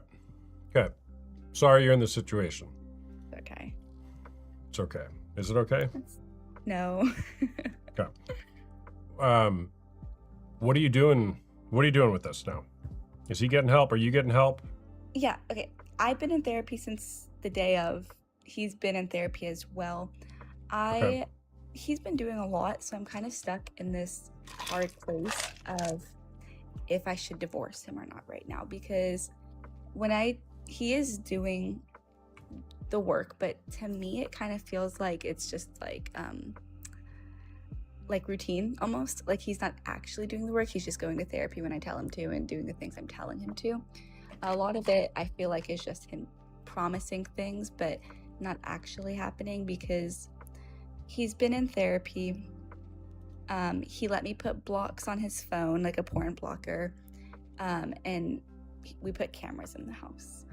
And he had been so open about it, so at first I was like, you know what, this is going to be okay, this is going to be good, we're going to work through it. But in the last 9 months that this has been going on, it feels like at least once a month I catch him in another lie, not necessarily about just porn, but all kinds of lies. And I feel like if you're lying about little things, I can't trust what you're doing behind my back. And there's been so many opportunities where he's had recently to prove to me that he's going to respect my boundaries with girls in general, and he instead betrays me right in front of my face. And it's got, every time I ask him about it, he's like, oh my God, I'm so sorry, I'm not going to do that again, I promise. But he does it every time, he has the opportunity to, except in the ways where I literally have blocks on his phone. That's the only ways he's not betraying me right now. And I feel like I'm 20 now. I feel like I'm wasting my time and my youth trying to like beg him to love me and look at me when he clearly, as much as he says he doesn't, just really wants everybody else in the world. And so I don't know if I should trust him and call this the healing process, or if this is just someone. He told me straight up that his first inclination is always to lie to me, and that just kind of is scary, that I'm dealing with a pathological liar. I wonder if that's a lie. Yeah, maybe. He's very manipulative. Also. Maybe He does his say first it all the inclination time. is not always to lie to you. And Yeah. I don't know. It's like lying inception. Yeah, it trips me up because I mean he does lie a lot, and I do catch him in the lies always. But then I want a divorce, and then all of a sudden he's so sweet, but he's not normally so sweet. Just whenever I say I want a divorce, he's really sweet and goes. Everything makes me question. Oh my God, like, am I leaving the best man in the world? And then whenever I decide I'm going to stay, it goes to shit again. Yeah, that sounds frustrating, to say the least. Yeah. All right. Normally I wouldn't ask this question, but you have like a great awareness of what's going on here. Why did you come on here to talk to me? I know you have a lot of experience with dealing with it on the men's side, and I have no idea like if I should be believing some of the things he says. Like he tells me a lot that he doesn't have this desire to look at women anymore in porn or real life, but I don't believe that because 9 months ago he was watching porn anytime I left the house, and he admitted to me that he checks out all my friends and like tons of girls. So like I don't know, like, is that possible in this point in healing that he is genuinely just all done and like doesn't want that anymore? Like, should I believe that I have his attention and like his eyes are only for me? And then also kind of like, so I wanted to know that, like, is that even possible what he's saying? And then the other thing I want to know is with like your experience with like working with all these men, the signs he's showing of continuing to lie and continuing to talk to like his exes and like continuing to just break my boundaries, do you think it is worth my time hoping that he is going to get better with what he's doing and that he actually is doing the work? Okay. So you're pondering, is it possible that he's actually stopped, that he's actually changed his ways with regard to pornography, and also the signs that he's showing, like continuing to talk to his exes and lying, is it worth your time? Well, I can't answer either of those questions for you. All right. Is it possible he's actually stopped? Sure, it's possible. Anything's possible. When is the last time that he's watched pornography to your knowledge? In April. In April, okay. And he's been seeing a therapist. Is he in any type of recovery group or anything? No, I asked him to a couple months ago, but he just won't do it. Okay, why won't he do it? Laziness. Because he's lazy. Yeah, he just doesn't want to. I gave him kind of an ultimatum a few months ago of just like, I don't want you to be doing these things because I'm forcing you. Like, I want you to take some initiative to show me that you want it. And I put on my list, he needs to go to a support group, and I sent him the links to sign up. And every time I've checked in on that, he just says he hasn't gotten around to it. And well, I think that's arguably the bigger issue, is he has committed a big B betrayal, a capital B betrayal, told you one thing before you got married, sold you one bill of goods, and then you got married and you realized that it was different, and now he's not doing essentially everything in his power to show you that he's changing, and wanting to continue changing going forward because he's too lazy. The fact that he's seeing a therapist is good, right? If he wasn't doing anything, I would really question whether he stopped. Again, I don't know. I'll never know if he stopped or not. But you got to look at the behavior change. Is he doing the work? Is he seeing a therapist or a coach or a counselor? Is he in some sort of recovery group? Do people know what's going on for him? Like, is he sharing his life and his heart with people? Is he reading books about the topic, about, porn addiction, the dangers of pornography, about how to build a marriage, how to build a strong foundation for a long-lasting marriage? If he's doing all of that, I'd be like, yeah, okay, that all sounds good. It sounds like he's kind of doing the minimum just to appease you because you found out. But again, we can't know if he's or if he's for sure stopped.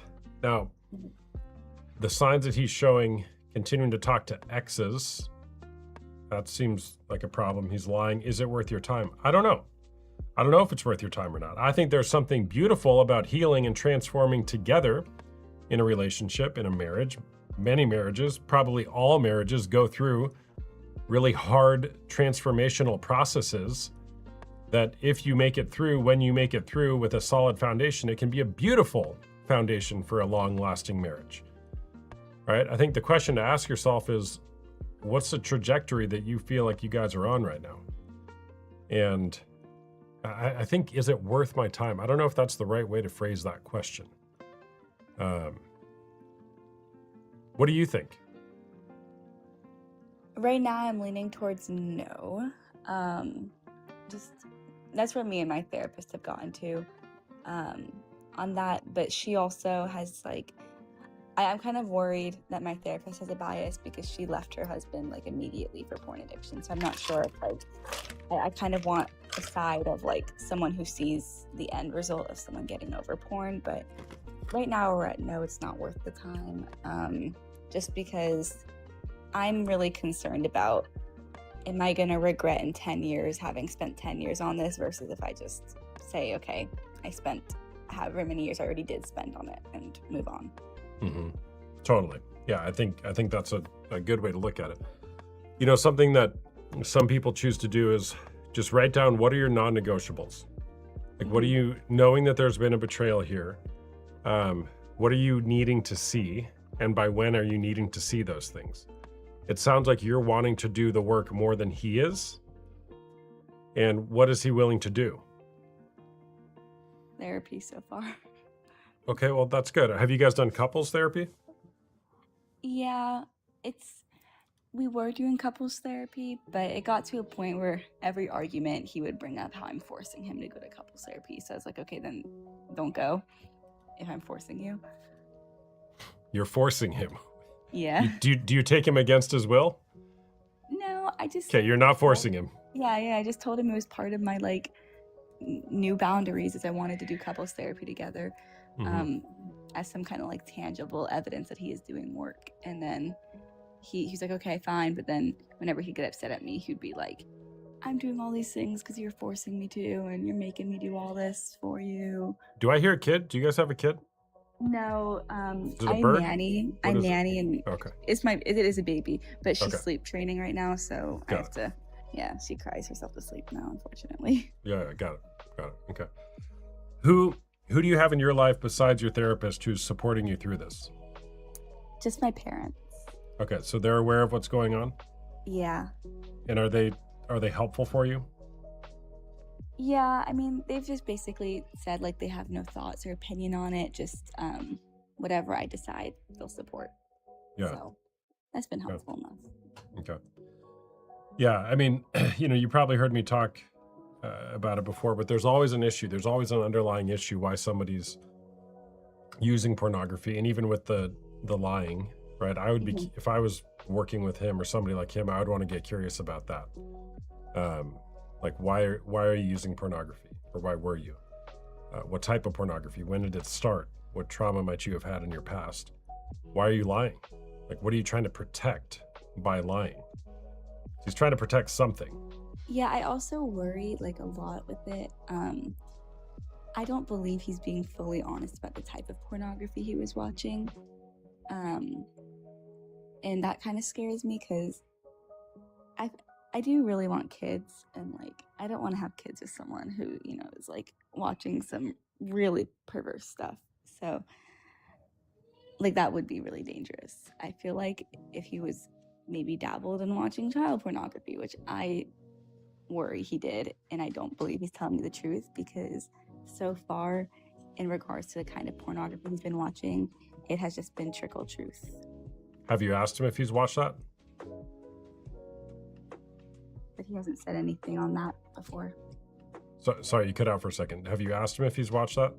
Yeah, he just Okay. never would admit it if he was. Got it. Got it. There she goes again. You there? Yeah, sorry. One of my friends just texted me and said they were gonna join this live, and I was like, please Oh. don't join this. I might have to go in case they start joining. Who's your friend? What's her name? I'll bring her on. Her name? No. I don't want her to know. But she just saw that I was on live with somebody. Yeah. Well, look, I mean, I think you're asking the right questions, and particularly the one of, is it worth my time? I'll just tell you this, and many women who are here watching will probably put their experience in the chat. You have a tremendous opportunity to take a stand for yourself right now, whichever way you decide to go. That, hey man, we're going to work on this. We're going to figure this out. I will not give up until we find healing for us and build a solid relationship. Or I got to make a different decision, and whatever that means for you. I talked to plenty of people, plenty of couples who were in the same situation you were when they were 20 years old. And now they're 40, 50, 60, 70 years old saying, I knew. I mean, even the first guest I had today, I don't know if you heard that a couple hours ago.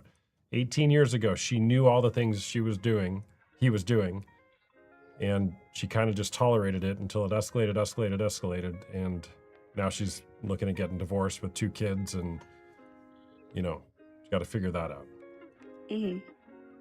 So I don't know what the right path is for you. But I do know that I think you're asking the right questions, and taking a stand for yourself is something that's going to serve you in your life no matter what. So, Okay, thank you. I appreciate it. Thank you. Yeah, thanks for sharing. Bye-bye. W's in the chat for all our guests.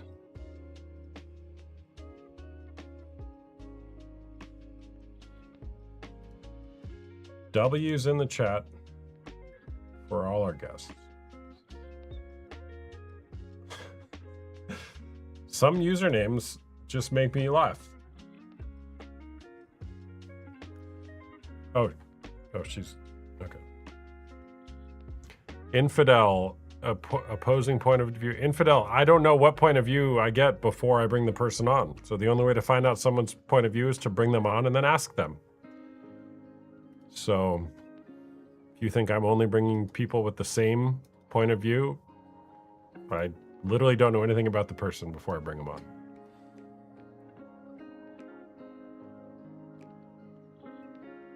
You have an opposing view and reasonable. Great. Well, maybe I'll bring you on.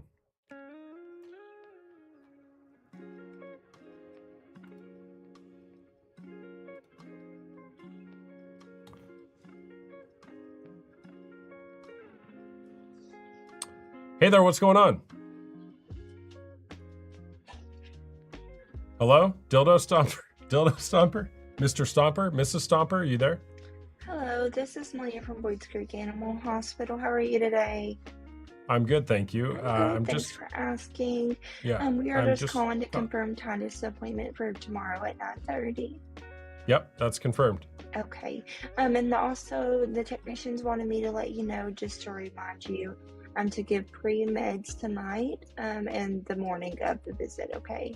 Okay, what was the dosage on that again? Okay, and we will see you then. You have a great day, okay? Okay, you too. Thank you. Bye. Bye-bye.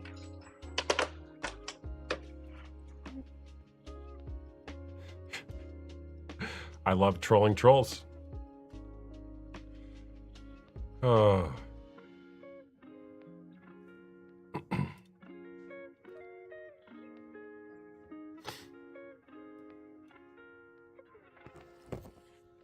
Hey there, what's going on? Not much. Yourself? I'm doing well, thanks. Is porn cheating? I don't believe so, based on certain aspects to the relationship.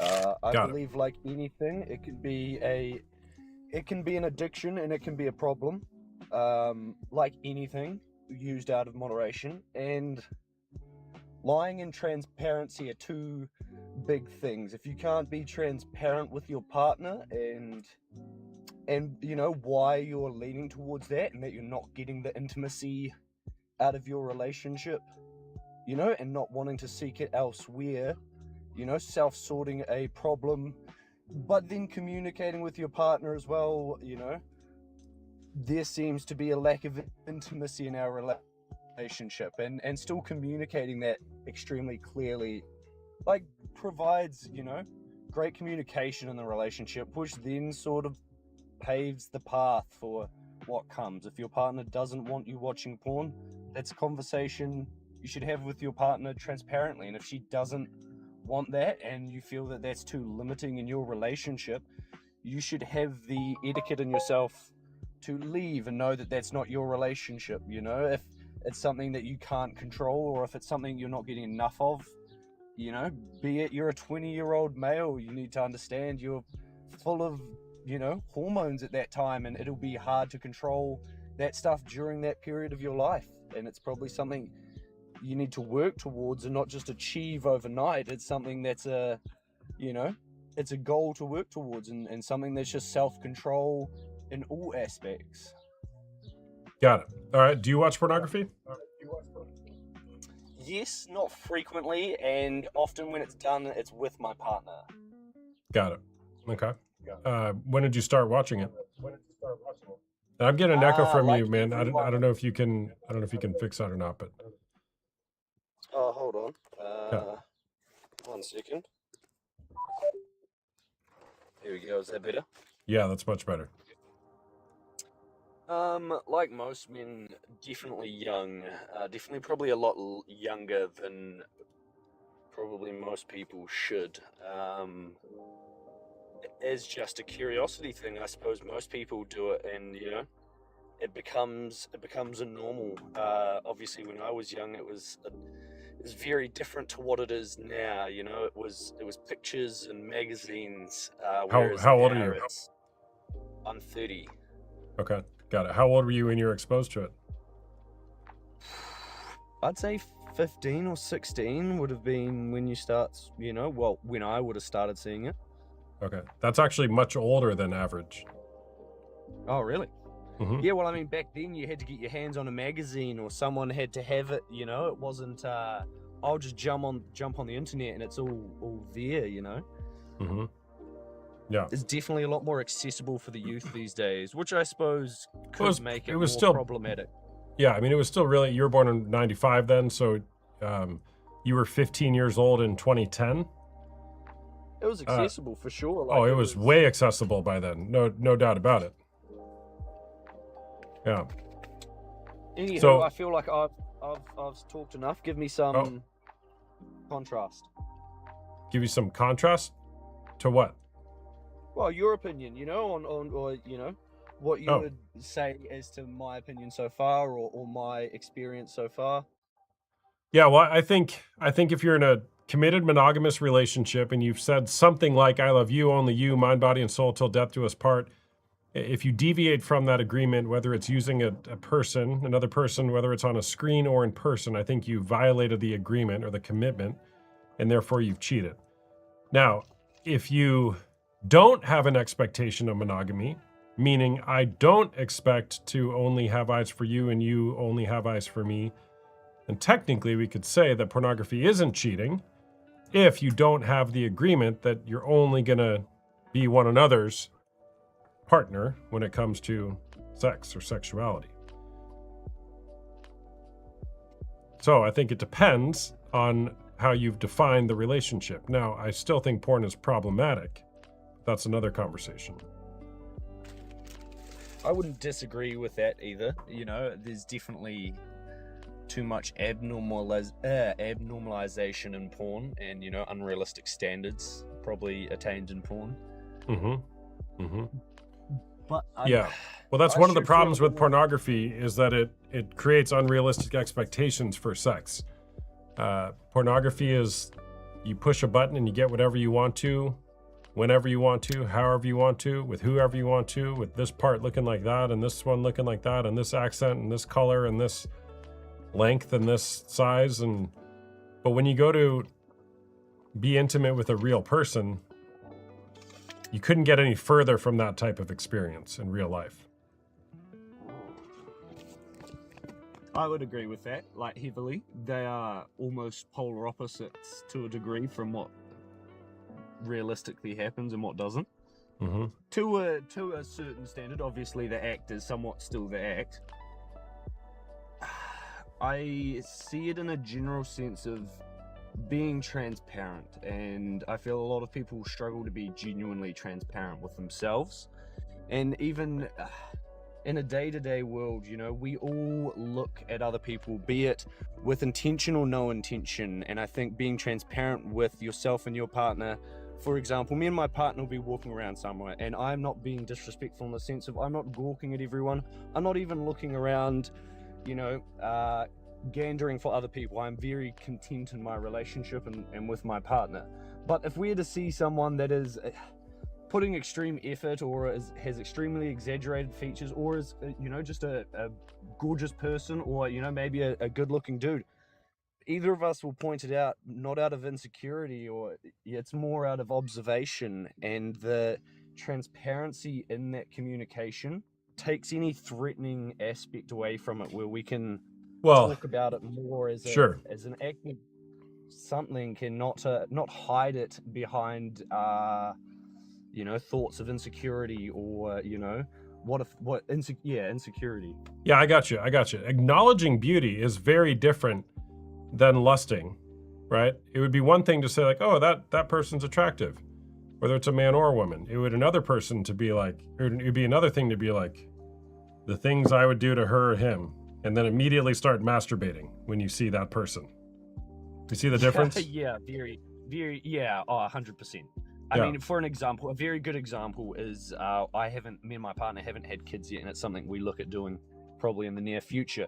But she will make comments on men not based on their attractiveness, but it'll be the attractionness in, look how good of a father that person is, you know, or like, you know, oh, doesn't that look like such a good dad, or, you know, I find that person, like, you know, such a good vibe because they're a father. And, you know, it's not a insecure thing for me, it's the want or, you know, need for, you know, I look forward to having that as well, and, you know, having that base in it, but not, I don't, you know, see that as a insecure attachment. Oh, she wants this other man because he's a dad.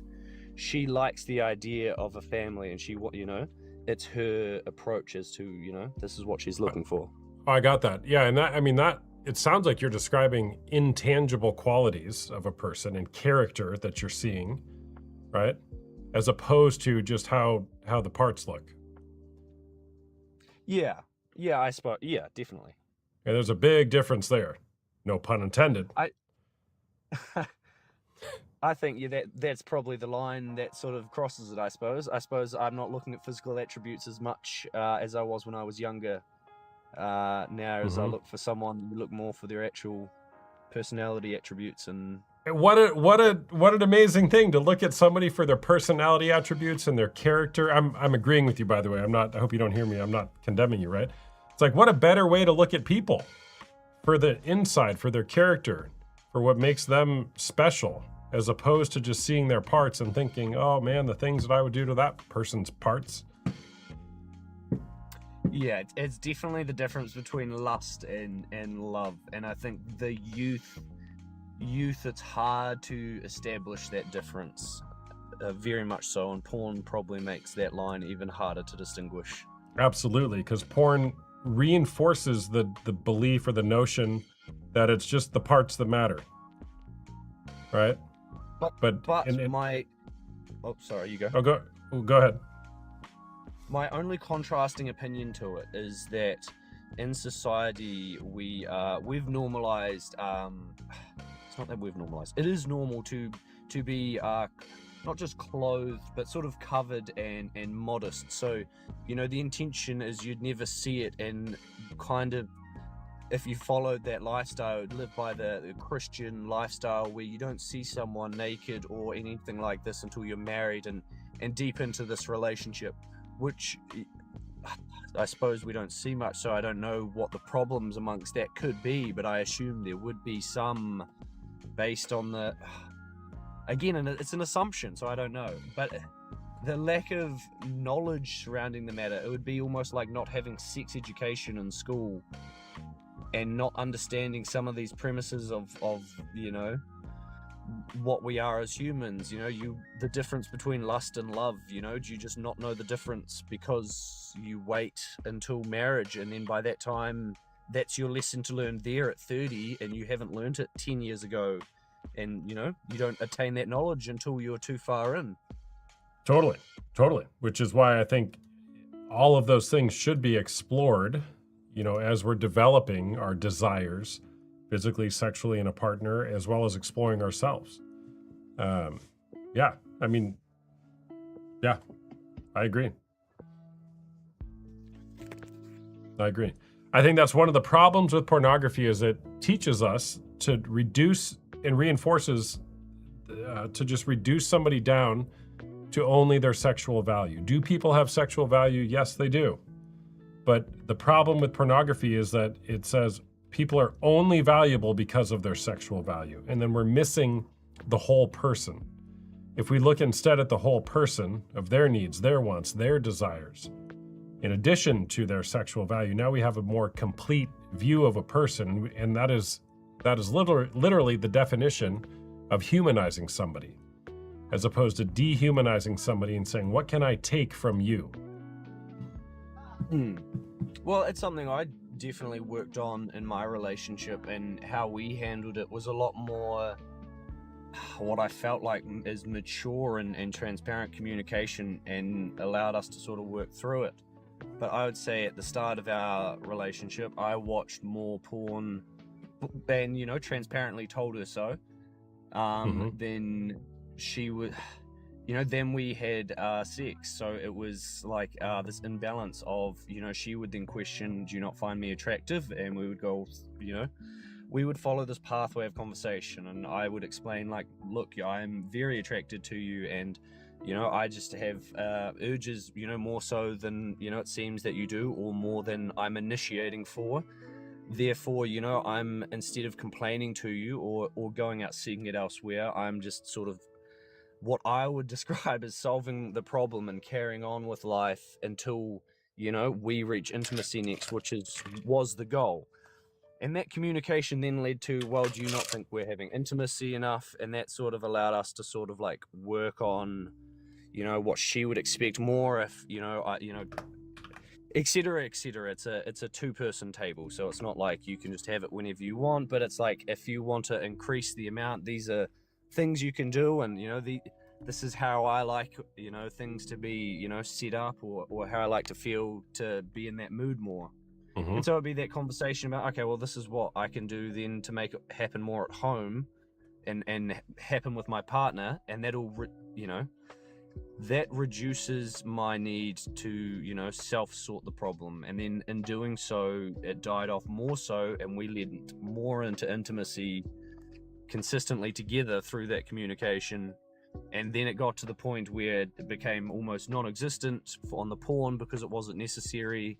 We were just happy, you know, we were more actively intimate together, and we were both enjoying it. So, and then it just took the whole need for it out of the equation. And it's not that it was a need for it, it was you could say it's a problem of the man's to solve, but it's like a two-person team. Like, she helped in the same sense of she listened to me saying why I was doing it without the controlling aspect of, no, you can't do it, or not. It wasn't a you can't do it. It was a, hey, you know, you should be doing it less, and, you know, let's work on how we can get there together. And so instead of this whole, like, you're doing wrong things and you're a bad person, it was a, hey, you know, let's approach this as a team. Like, you know, why do you do it? And you know, why do you feel you need to do it? And is there things we can do to sort that out?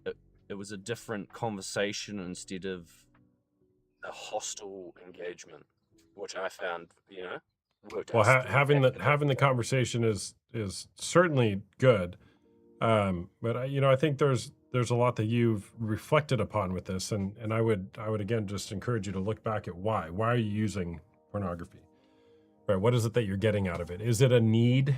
I would say nobody ever died because they didn't masturbate while watching a stranger have sex. And even one author, who is it? I think Trish Lee says this in her book. Nobody ever died from not masturbating either. If you know somebody who did, let me know. We'll do a study or something like that. So there's something deeper beneath the surface, typically, with the pull to pornography. So, thanks for sharing, man. Appreciate it. I appreciate your time. Have a good All right, day. take care. You too. Bye bye. Coops Granny, what's up? W's in the chat for our guest. TikTok is telling me it wants me to get 40,000 likes, and then I get 80 gems, whatever that means. Can you guys tap the screen? We're at 29,500 right now. Let's get up to 40,000. I'm going to be on for about 10 more minutes. I'll take another guest or two. And W's in the chat. Tap the screen. Tap the screen. Hello. Kendra Cook. Hey there, what's going on? Hi. For some Hi. reason, you got a little quieter. I got quieter. Okay. Can you hear me? Hello? Hello? Yeah. Hello? I can hear you. You can hear me? Okay. I can hear you. Okay. Is porn cheating? Can you hear me? I can hear you, yes. Can you guys hear me, chat? Did I get quieter?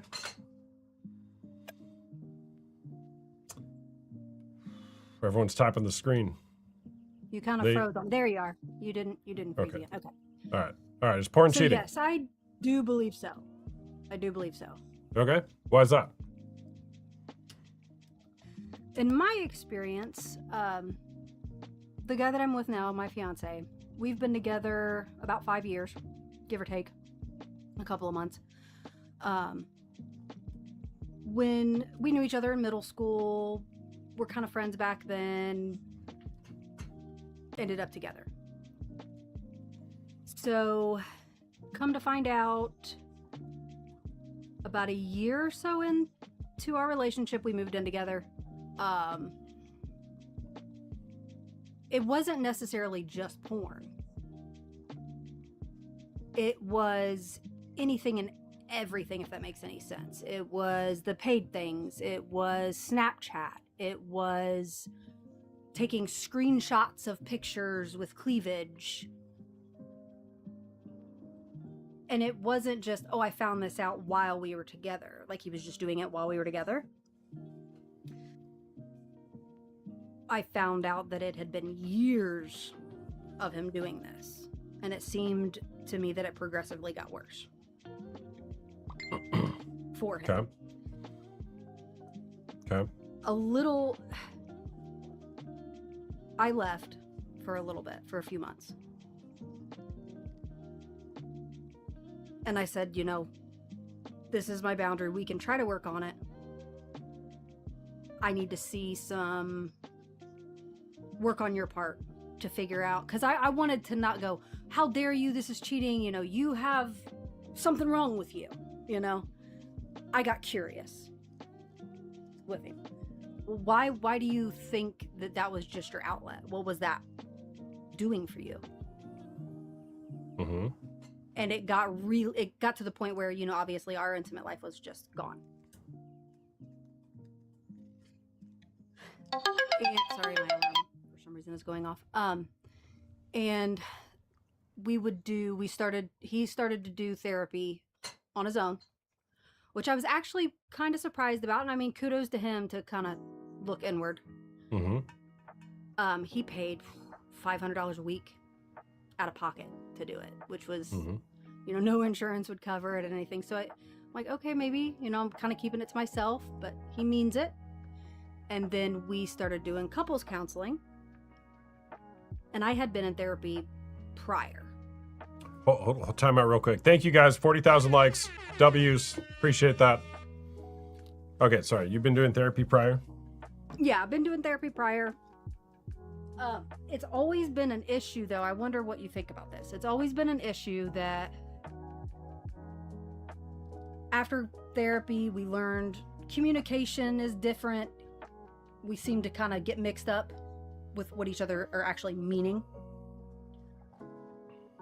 So through all that, he's an open book as far as I'm aware, right?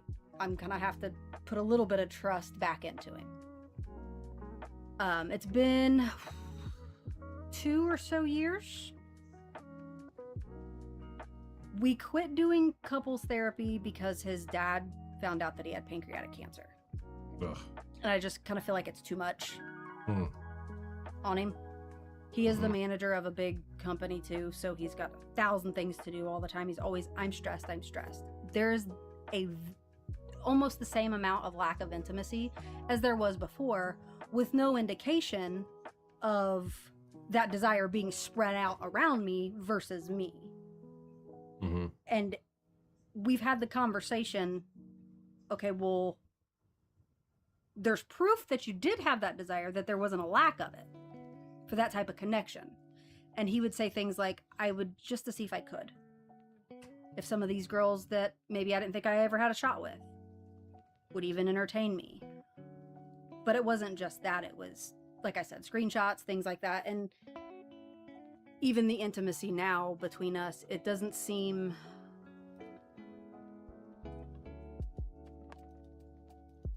He just says that he's too stressed. He's very stressed out. His mind's not in it. He needs my help to get his mind in a different, to get focused on it. It doesn't make any sense to me. Mm-hmm.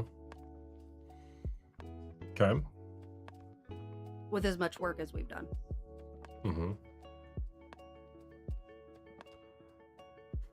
Okay. Where are you stuck with all this? I am stuck with, if that desire was there,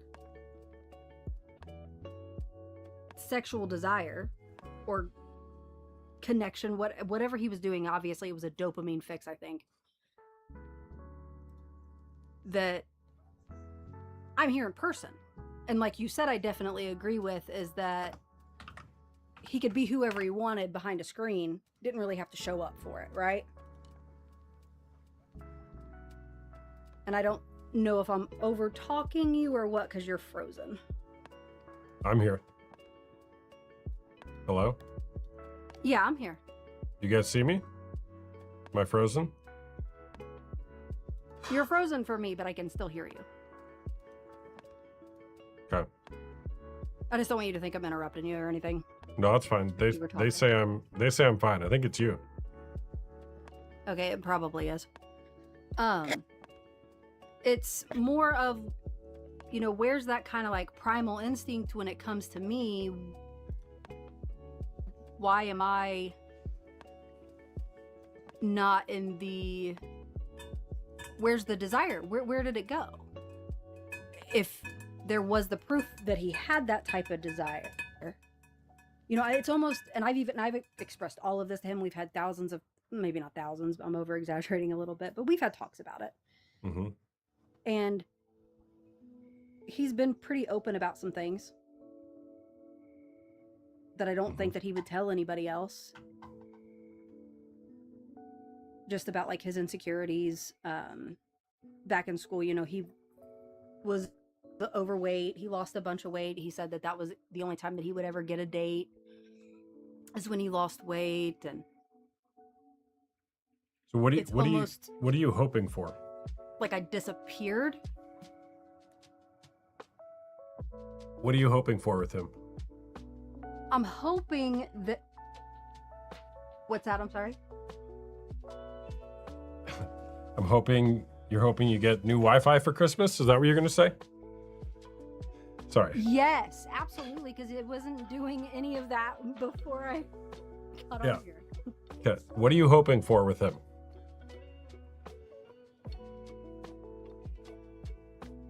Figure out the disconnect when it comes to the real life versus the excuse of the stress. The real life, hey, I'm right here. You can feel your desire. Where did it go if you don't have that outlet anymore? Yeah, well, there's Just a great disappeared? book. There's a great book that'll address that for you. It's called Intimacy and Desire by Dr. David Schnarch.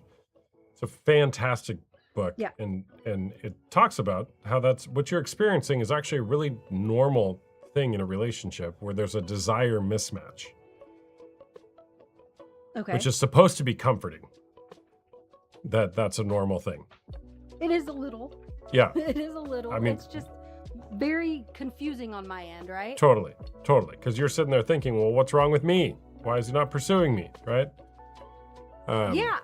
Like a yeah. bird, like the bee doesn't, a flower doesn't go to the bee. But then again, I'm not really initiating myself. So it's like, does he feel like he's going to do something wrong? Is he still insecure? And that was the reason why it was easier for him to just do it on his own, say what he needed to say, Mm-hmm. have a one night stand here and there, With you or with and somebody then else? go on about his day. What's that? With you or with somebody else? In the past is what Yeah. I mean. Got it. The book is called Intimacy and Desire by Dr. David Schnarch. It's should be linked to my resources page on the link in my bio. Oh, that's awesome. I'm gonna have to check that out. Yeah. Because I'm curious what you think about him saying things not like, on I do show you desire. And when I tried to explain to him the difference between like passion and intimacy, I You know, could have an Dr. intimate David Schnarch conversation. has another great book called Passionate Marriage. It's a great book as well. Yeah. I don't know if I've I even was. showed him some of your videos, and he's like, "Send that to me. Send that to me. I want to write his name down." And he'll sit and watch them and talk to me about them and try to open up and figure out. It took him a while, but he's trying to figure out where it even started. That's what he always says. Yeah, I want to got figure it. out where it started in the first place. Got it. Why don't you schedule a call with me and the three of us will would talk be and awesome. we'll see what we can figure out. That would be awesome.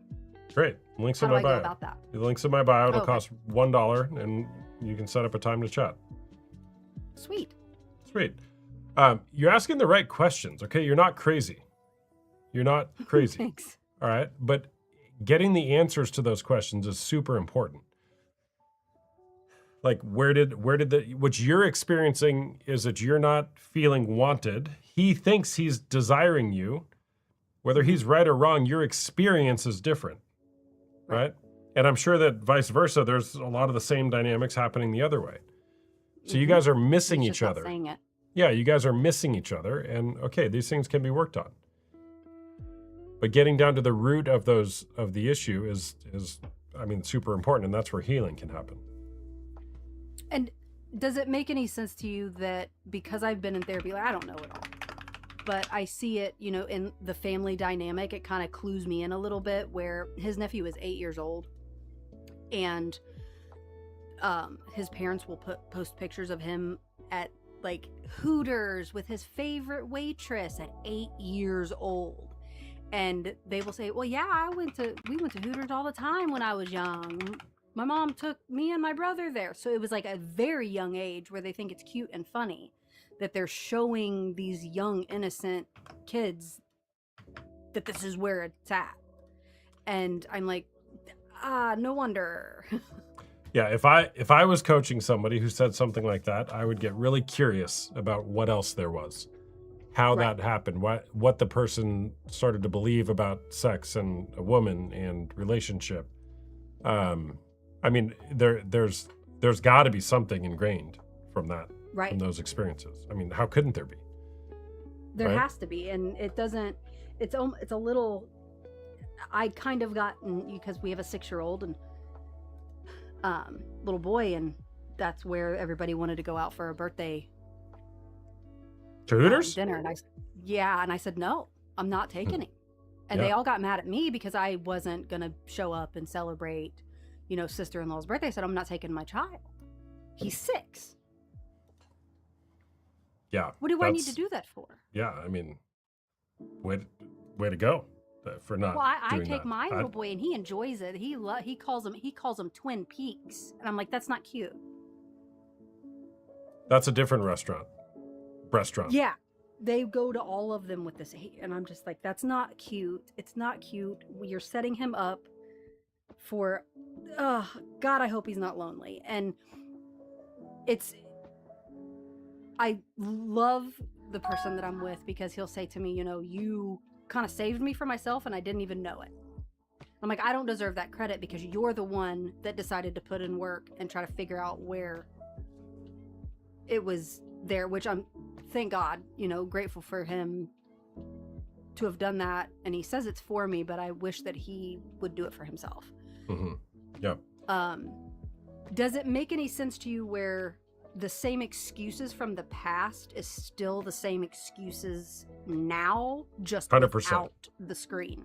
And I'm like, 100%. that doesn't make any sense. And he'll Well- say, I know, I don't know is not an answer for you because you dig.